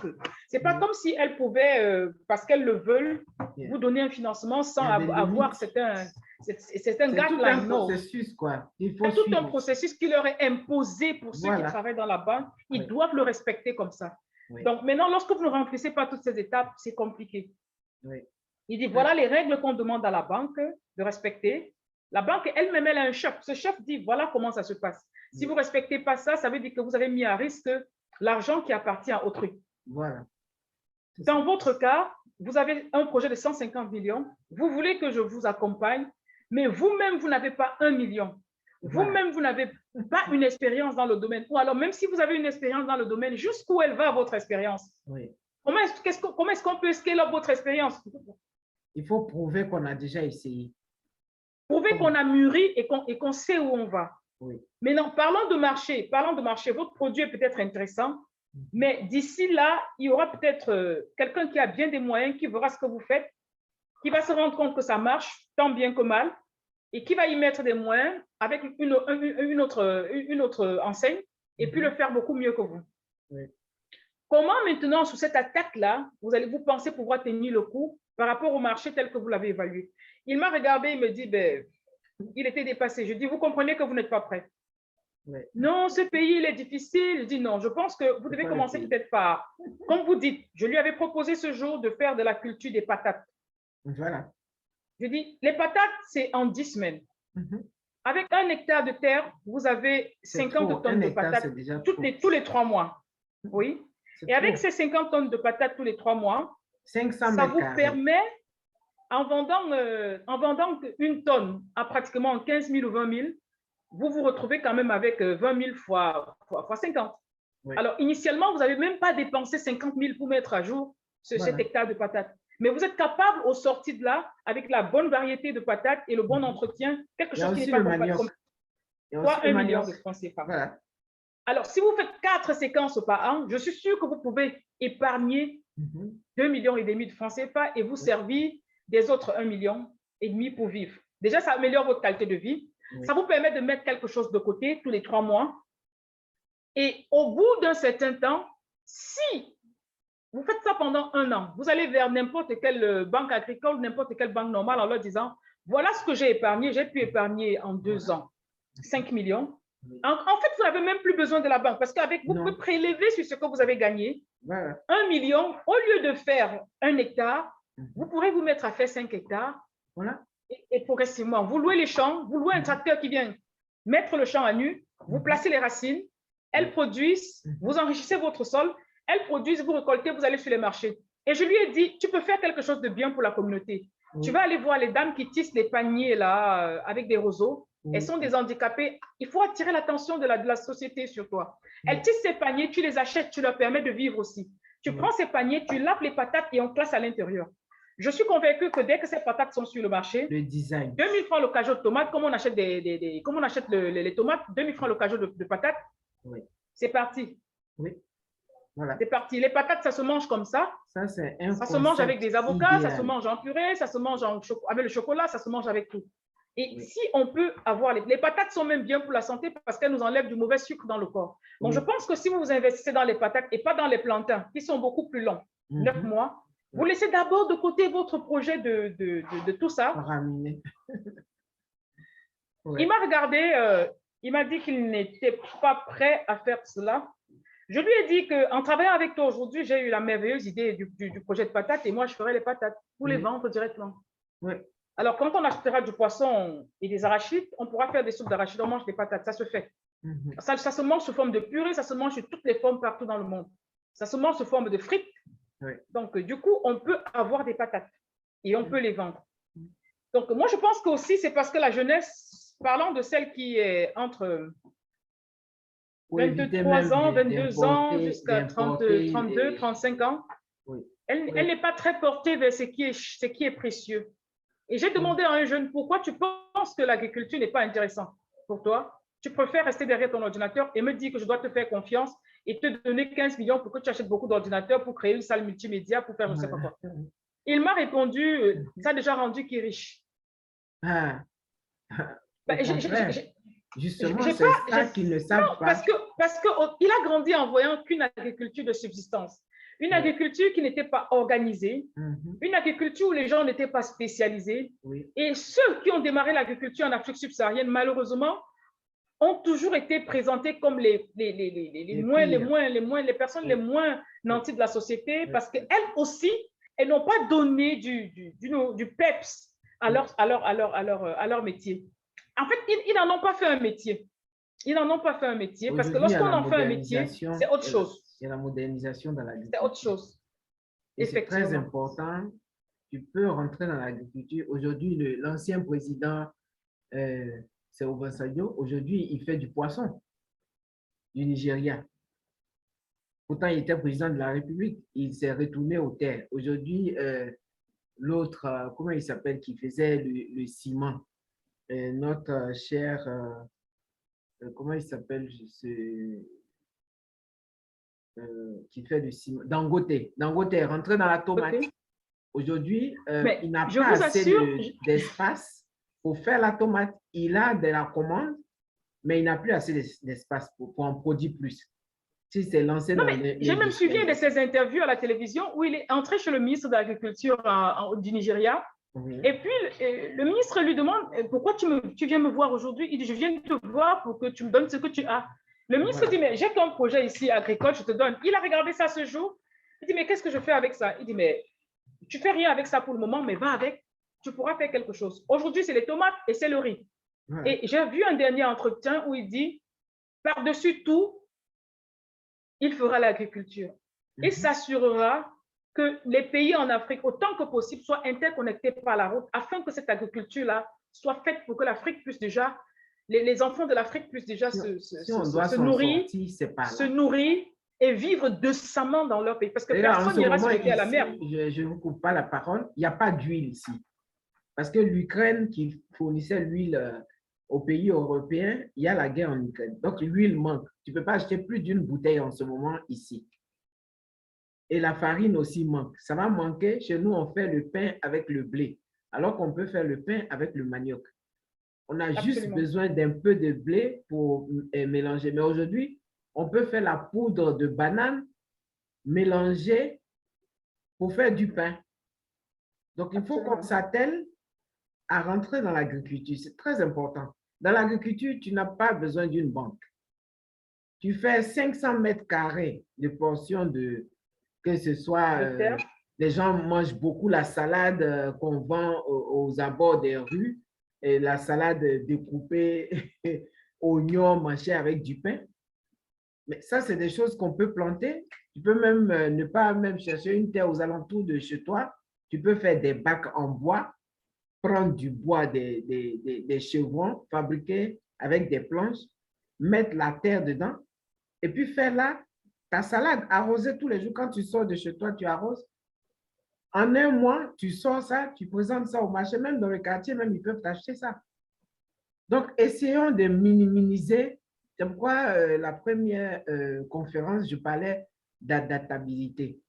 Il faut s'adapter à nos besoins. Il faut s'adapter à ce qu'on a.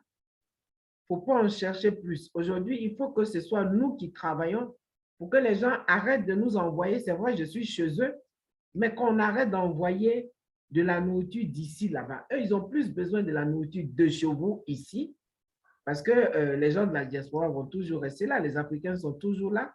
Ils ont leurs coutumes. Ils ne vont jamais abandonner malgré qu'il y a trop de nourriture industrialisée ici. Donc, on a besoin de manger du bio. Donc, on a besoin de la nourriture de chez nous. OK. Alors, on est arrivé aller pratiquement à la désiture, on est arrivé c'est pas pratiquement mauvais. à la fin de notre temps imparti. Voilà. Donc, nous sommes restés deux, hein, parce que les autres sont partis à d'autres fonctions. Ce Ah, que je dirais d'accord. donc, pour le mot Et de la les gens fin, ne veulent pas poser de questions? je pense que si nous avons quelque chose à retenir de ce webinaire qui s'est déroulé aujourd'hui, c'est la première chose, c'est l'éducation. Nous devons éduquer nos promoteurs à une éducation financière sur les techniques de financement et les profils qu'il faudrait avoir pour être même éligible à ces financements-là. Donc, sur le plan culturel, on doit amener les gens déjà à se mettre à niveau, pour pouvoir mériter recevoir des financements. Ensuite, il y a le phasage des projets. Il faut être assez réaliste et se dire, ce que je demande à la banque, ce que je demande à ce partenaire, est-ce que c'est réaliste? Est-ce que si on avait retourné la veste, moi, j'aurais fait la même chose? Donc, se mettre à niveau soi-même, rester réaliste, pouvoir aller dans son environnement, commencer par un certain niveau pour se dire, OK, je commence par ça, et puis la prochaine étape, je passerai à ceci, et ensuite pour pouvoir atteindre mon objectif final, qui est peut-être l'ouverture d'une banque.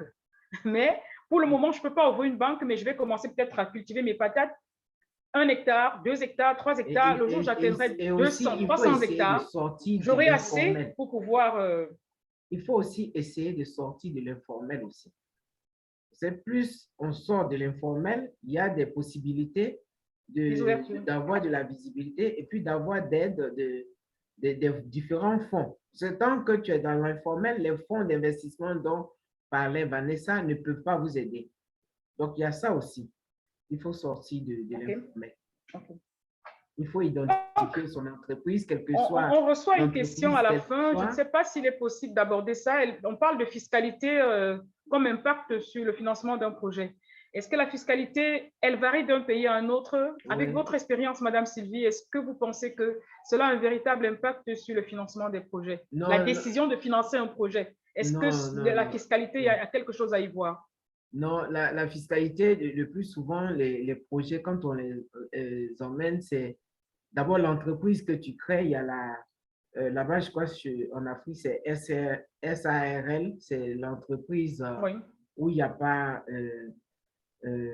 beaucoup de charges, parce qu'à tout moment, ça, tu peux, des choses, comme on appelle, tu peux, comment je peux appeler ça?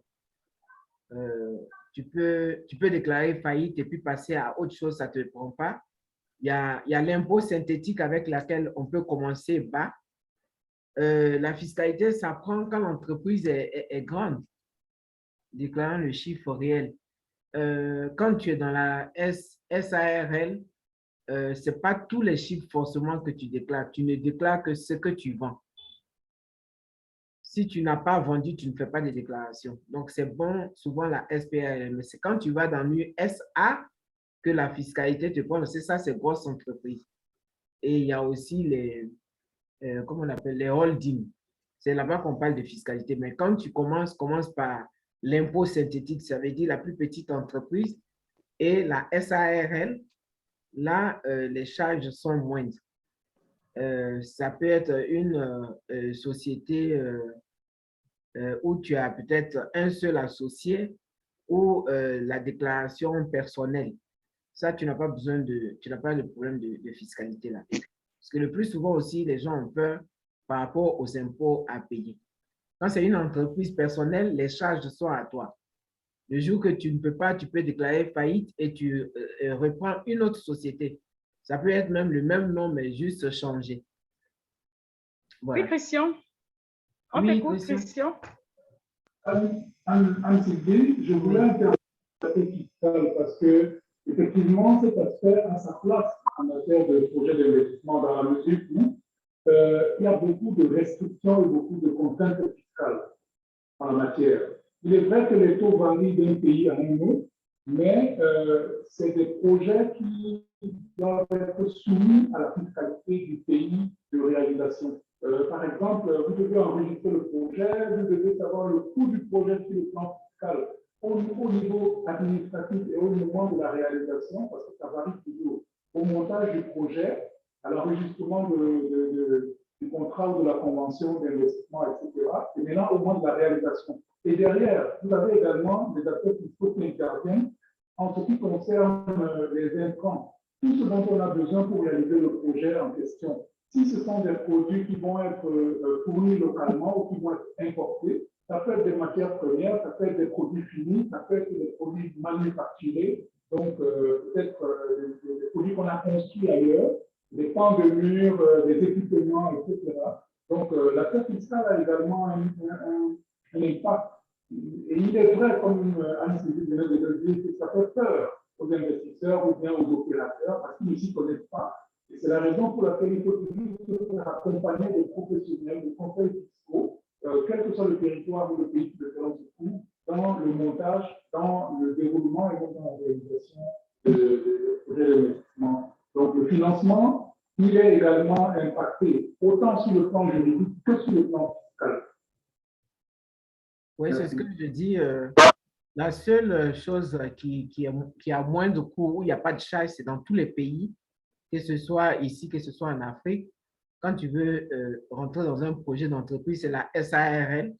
Là, les charges, tu as juste, tu es gérant ou tu peux prendre un gérant et tu la suis. C'est une entreprise personnelle. Et ça, dans tous les pays, il n'y a pas autant de fiscalité. Alors, il faut toujours commencer par les entreprises personnelles dans la déclaration.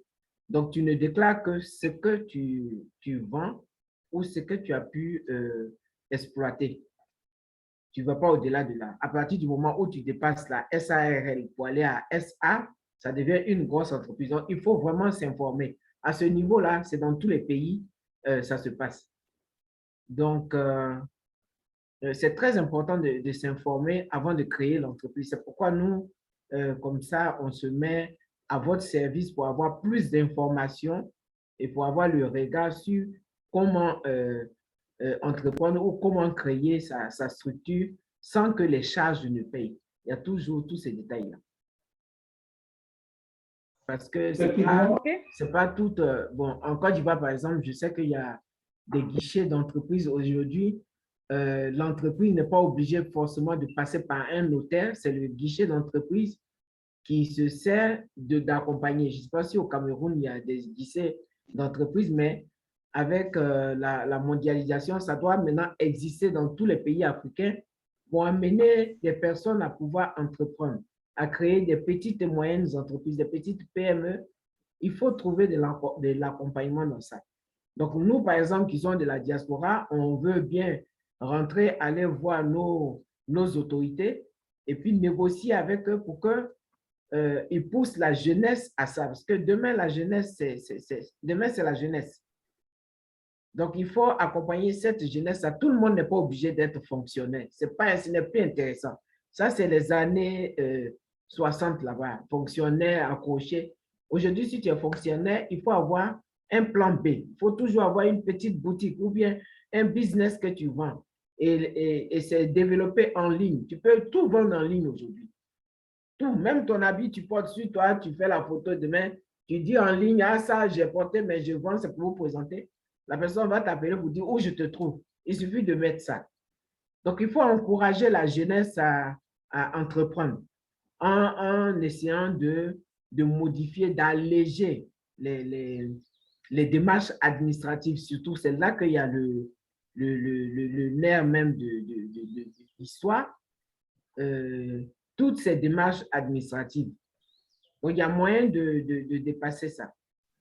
Donc, on essaie, nous, dans nos recherches, on est tout le temps en train de trouver des solutions, voir comment faire des forums pour amener les États à nous aider pour éviter que les enfants partent dans la mer et tout ça. Ici, même en Europe, nous, on est là, on n'est pas trop content d'être là, mais on est obligé de venir parce qu'on apprend aussi. Il y a certaines choses qui ne sont pas chez nous encore, qu'on apprend. C'est la raison pour laquelle on est là.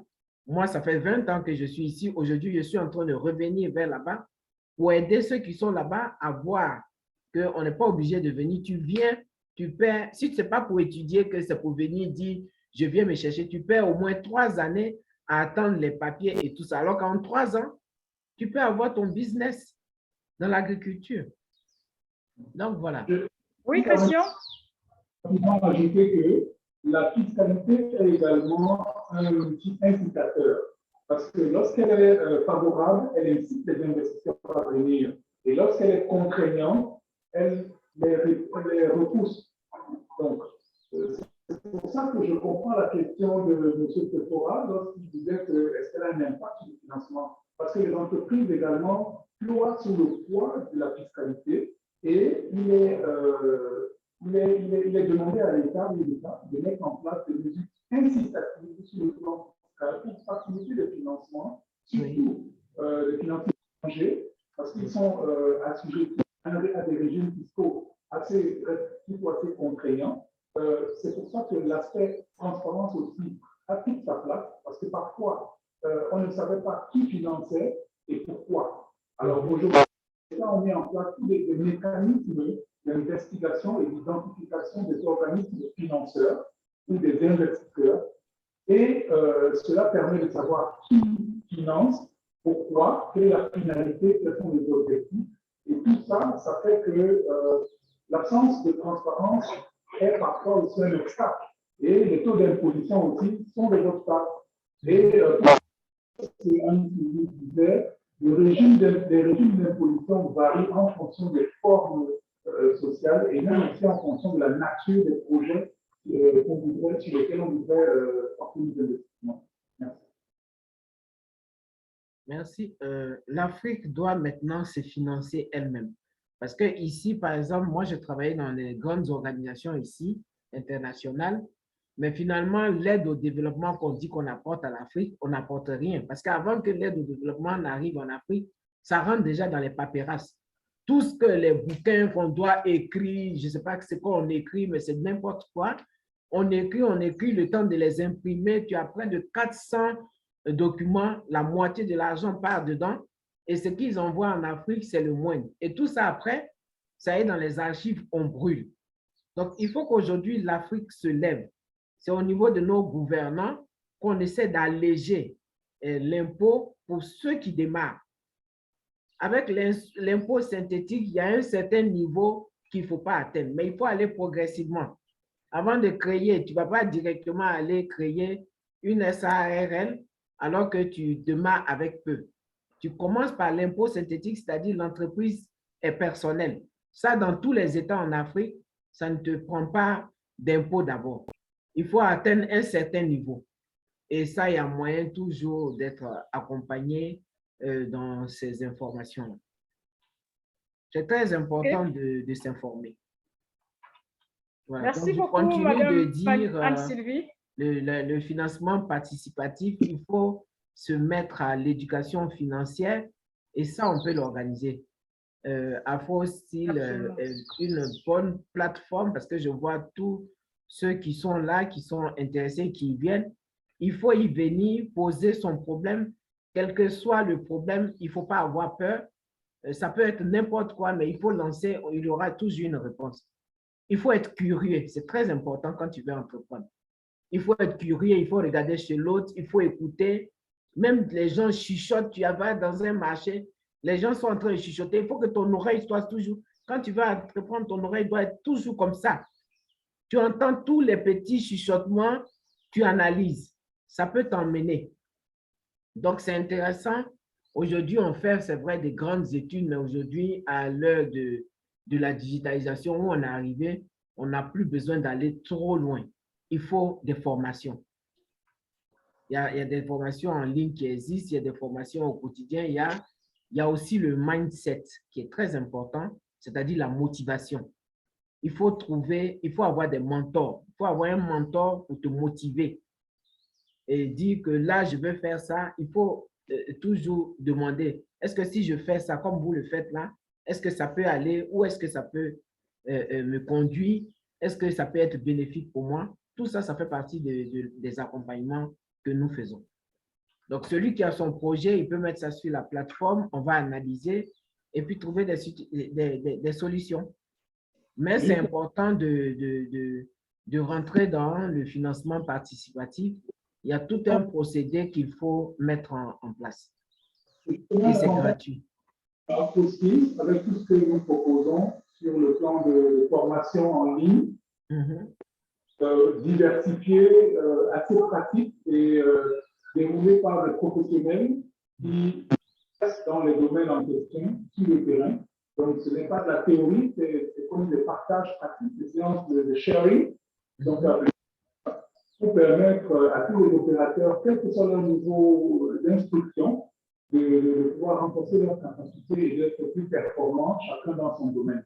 Oui. Donc, c'est un partenaire sérieux qui est en développement permanent dans cette démarche-là. S'approprier de toutes ces skills, de toutes ces connaissances et savoir pour l'Afrique par les Africains. Oui, voilà. C'est très important. Et il faut s'y mettre. C'est vraiment très important. L'Afrique a du talent. Ici, la main-d'œuvre manque. La plupart même ceux qui sont ici, dans les techniques les plus promoteurs ici, c'est les Camerounais. Hein. Tout ce qui est technique ici, ascenseur, métro, train, c'est tout le Cameroun qui est ici en Belgique. Vous voyez un peu que nos compétences sont à l'extérieur. Donc, à un moment donné, il faut revenir un peu pour tirer ceux qui restent là-bas et puis former une communauté forte. Mais c'est dans l'investissement, dans l'économie solidaire qu'on peut y arriver. Il faut de la solidarité. Dans tout ce qu'on entreprend aujourd'hui, il faut être solidaire. Il n'y a que ça qui peut nous aider. OK. Donc, voilà. Merci beaucoup, Merci Madame à vous Anne-Sylvie. de Merci, m'avoir écouté. Christian. Merci à tous les participants qui sont en ligne. Je pense que ça a été une belle séance avec tous les problèmes techniques qu'on a pu avoir et toutes les questions d'emploi de temps, parce qu'il y a beaucoup de personnes qui ont été appelées à autre chose. Il fallait bien qu'elles y aillent. Bon, après, elles ont d'abord d'autres responsabilités, mais je tiens déjà à vous dire merci. Merci surtout à vous, Madame Anne-Sylvie, d'être restée. Ça fait quand même 2h15. Oui, je suis habituée. 2h15 qu'on est en train d'échanger. Je suis habituée. Ça, honnêtement, je tiens à vous n'hésitez tirer le pas, chapeau. moi je veux bien que vous ayez des informations que vous n'avez pas. C'est très important. Vous avez la possibilité d'écrire sur la plateforme pour quelle que soit l'information que vous voudrez. Moi, j'ai travaillé un peu dans tous les domaines. Donc, voilà, construction, bâtiment, agroalimentaire, tout. J'ai travaillé dans tous les domaines. Donc, je suis esthéticienne au départ. Je voulais faire chirurgie esthétique. Et puis après, je suis rentrée dans l'agroalimentaire. Ensuite, comment on appelle ça, le digital aujourd'hui. La construction d'abord. Et puis ensuite, je suis revenue. Donc, j'ai un peu tous les exemples types de comment il faut créer un projet. Ici, je suis projet manager, donc j'écris des projets, je participe à des appels à projets et tout ça. Donc, j'ai toujours ces analyses. Pourquoi les gens veulent toujours m'utiliser pour donner mon expérience ou donner mon avis, mais là, je ne veux plus avec les Blancs, c'est vous les Africains. C'est très important de revenir chez moi. Donc, donc voilà. j'espère qu'on pourra vous avoir, à Cape Town dans quelques semaines là. Je crois que c'est du 19 au 21 pour le Ubuntu Business Forum. D'accord, je ne sais pas si vous avez reçu votre invitation. Si vous ne l'avez pas encore reçue, vous allez sûrement la recevoir. D'accord. Parce que c'était vraiment très enrichissant de vous avoir aujourd'hui dans ce webinaire.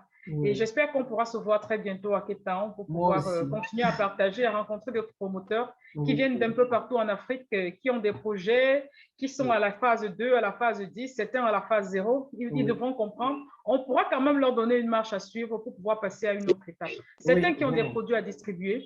Donc, je tiens vraiment à vous dire merci. Merci encore à tous ceux qui sont là, qui sont en ligne. Merci à ceux qui ont participé, qui sont déjà retirés. Et on se dit à très bientôt. Oui. En tout cas, merci à vous de m'avoir écouté. C'est un plaisir. C'est enrichissant aussi, vos questions. Et donc, je suis ouverte à tout moment. Quand vous avez besoin de savoir quelque chose, d'avoir une information, ben voilà. Vous n'avez qu'à envoyer le message. Merci, Christian. Merci. J'espère qu'on va pouvoir résoudre notre problème de connexion pour que la prochaine fois, ce soit bien meilleur. Oui, parce qu'on l'entendait vraiment faiblement, mais bon. Oui, ça a été compliqué quand même. Oui, oui. Merci, à plus tard. Merci. Ben, au revoir à tous. Au revoir. Merci. Merci beaucoup.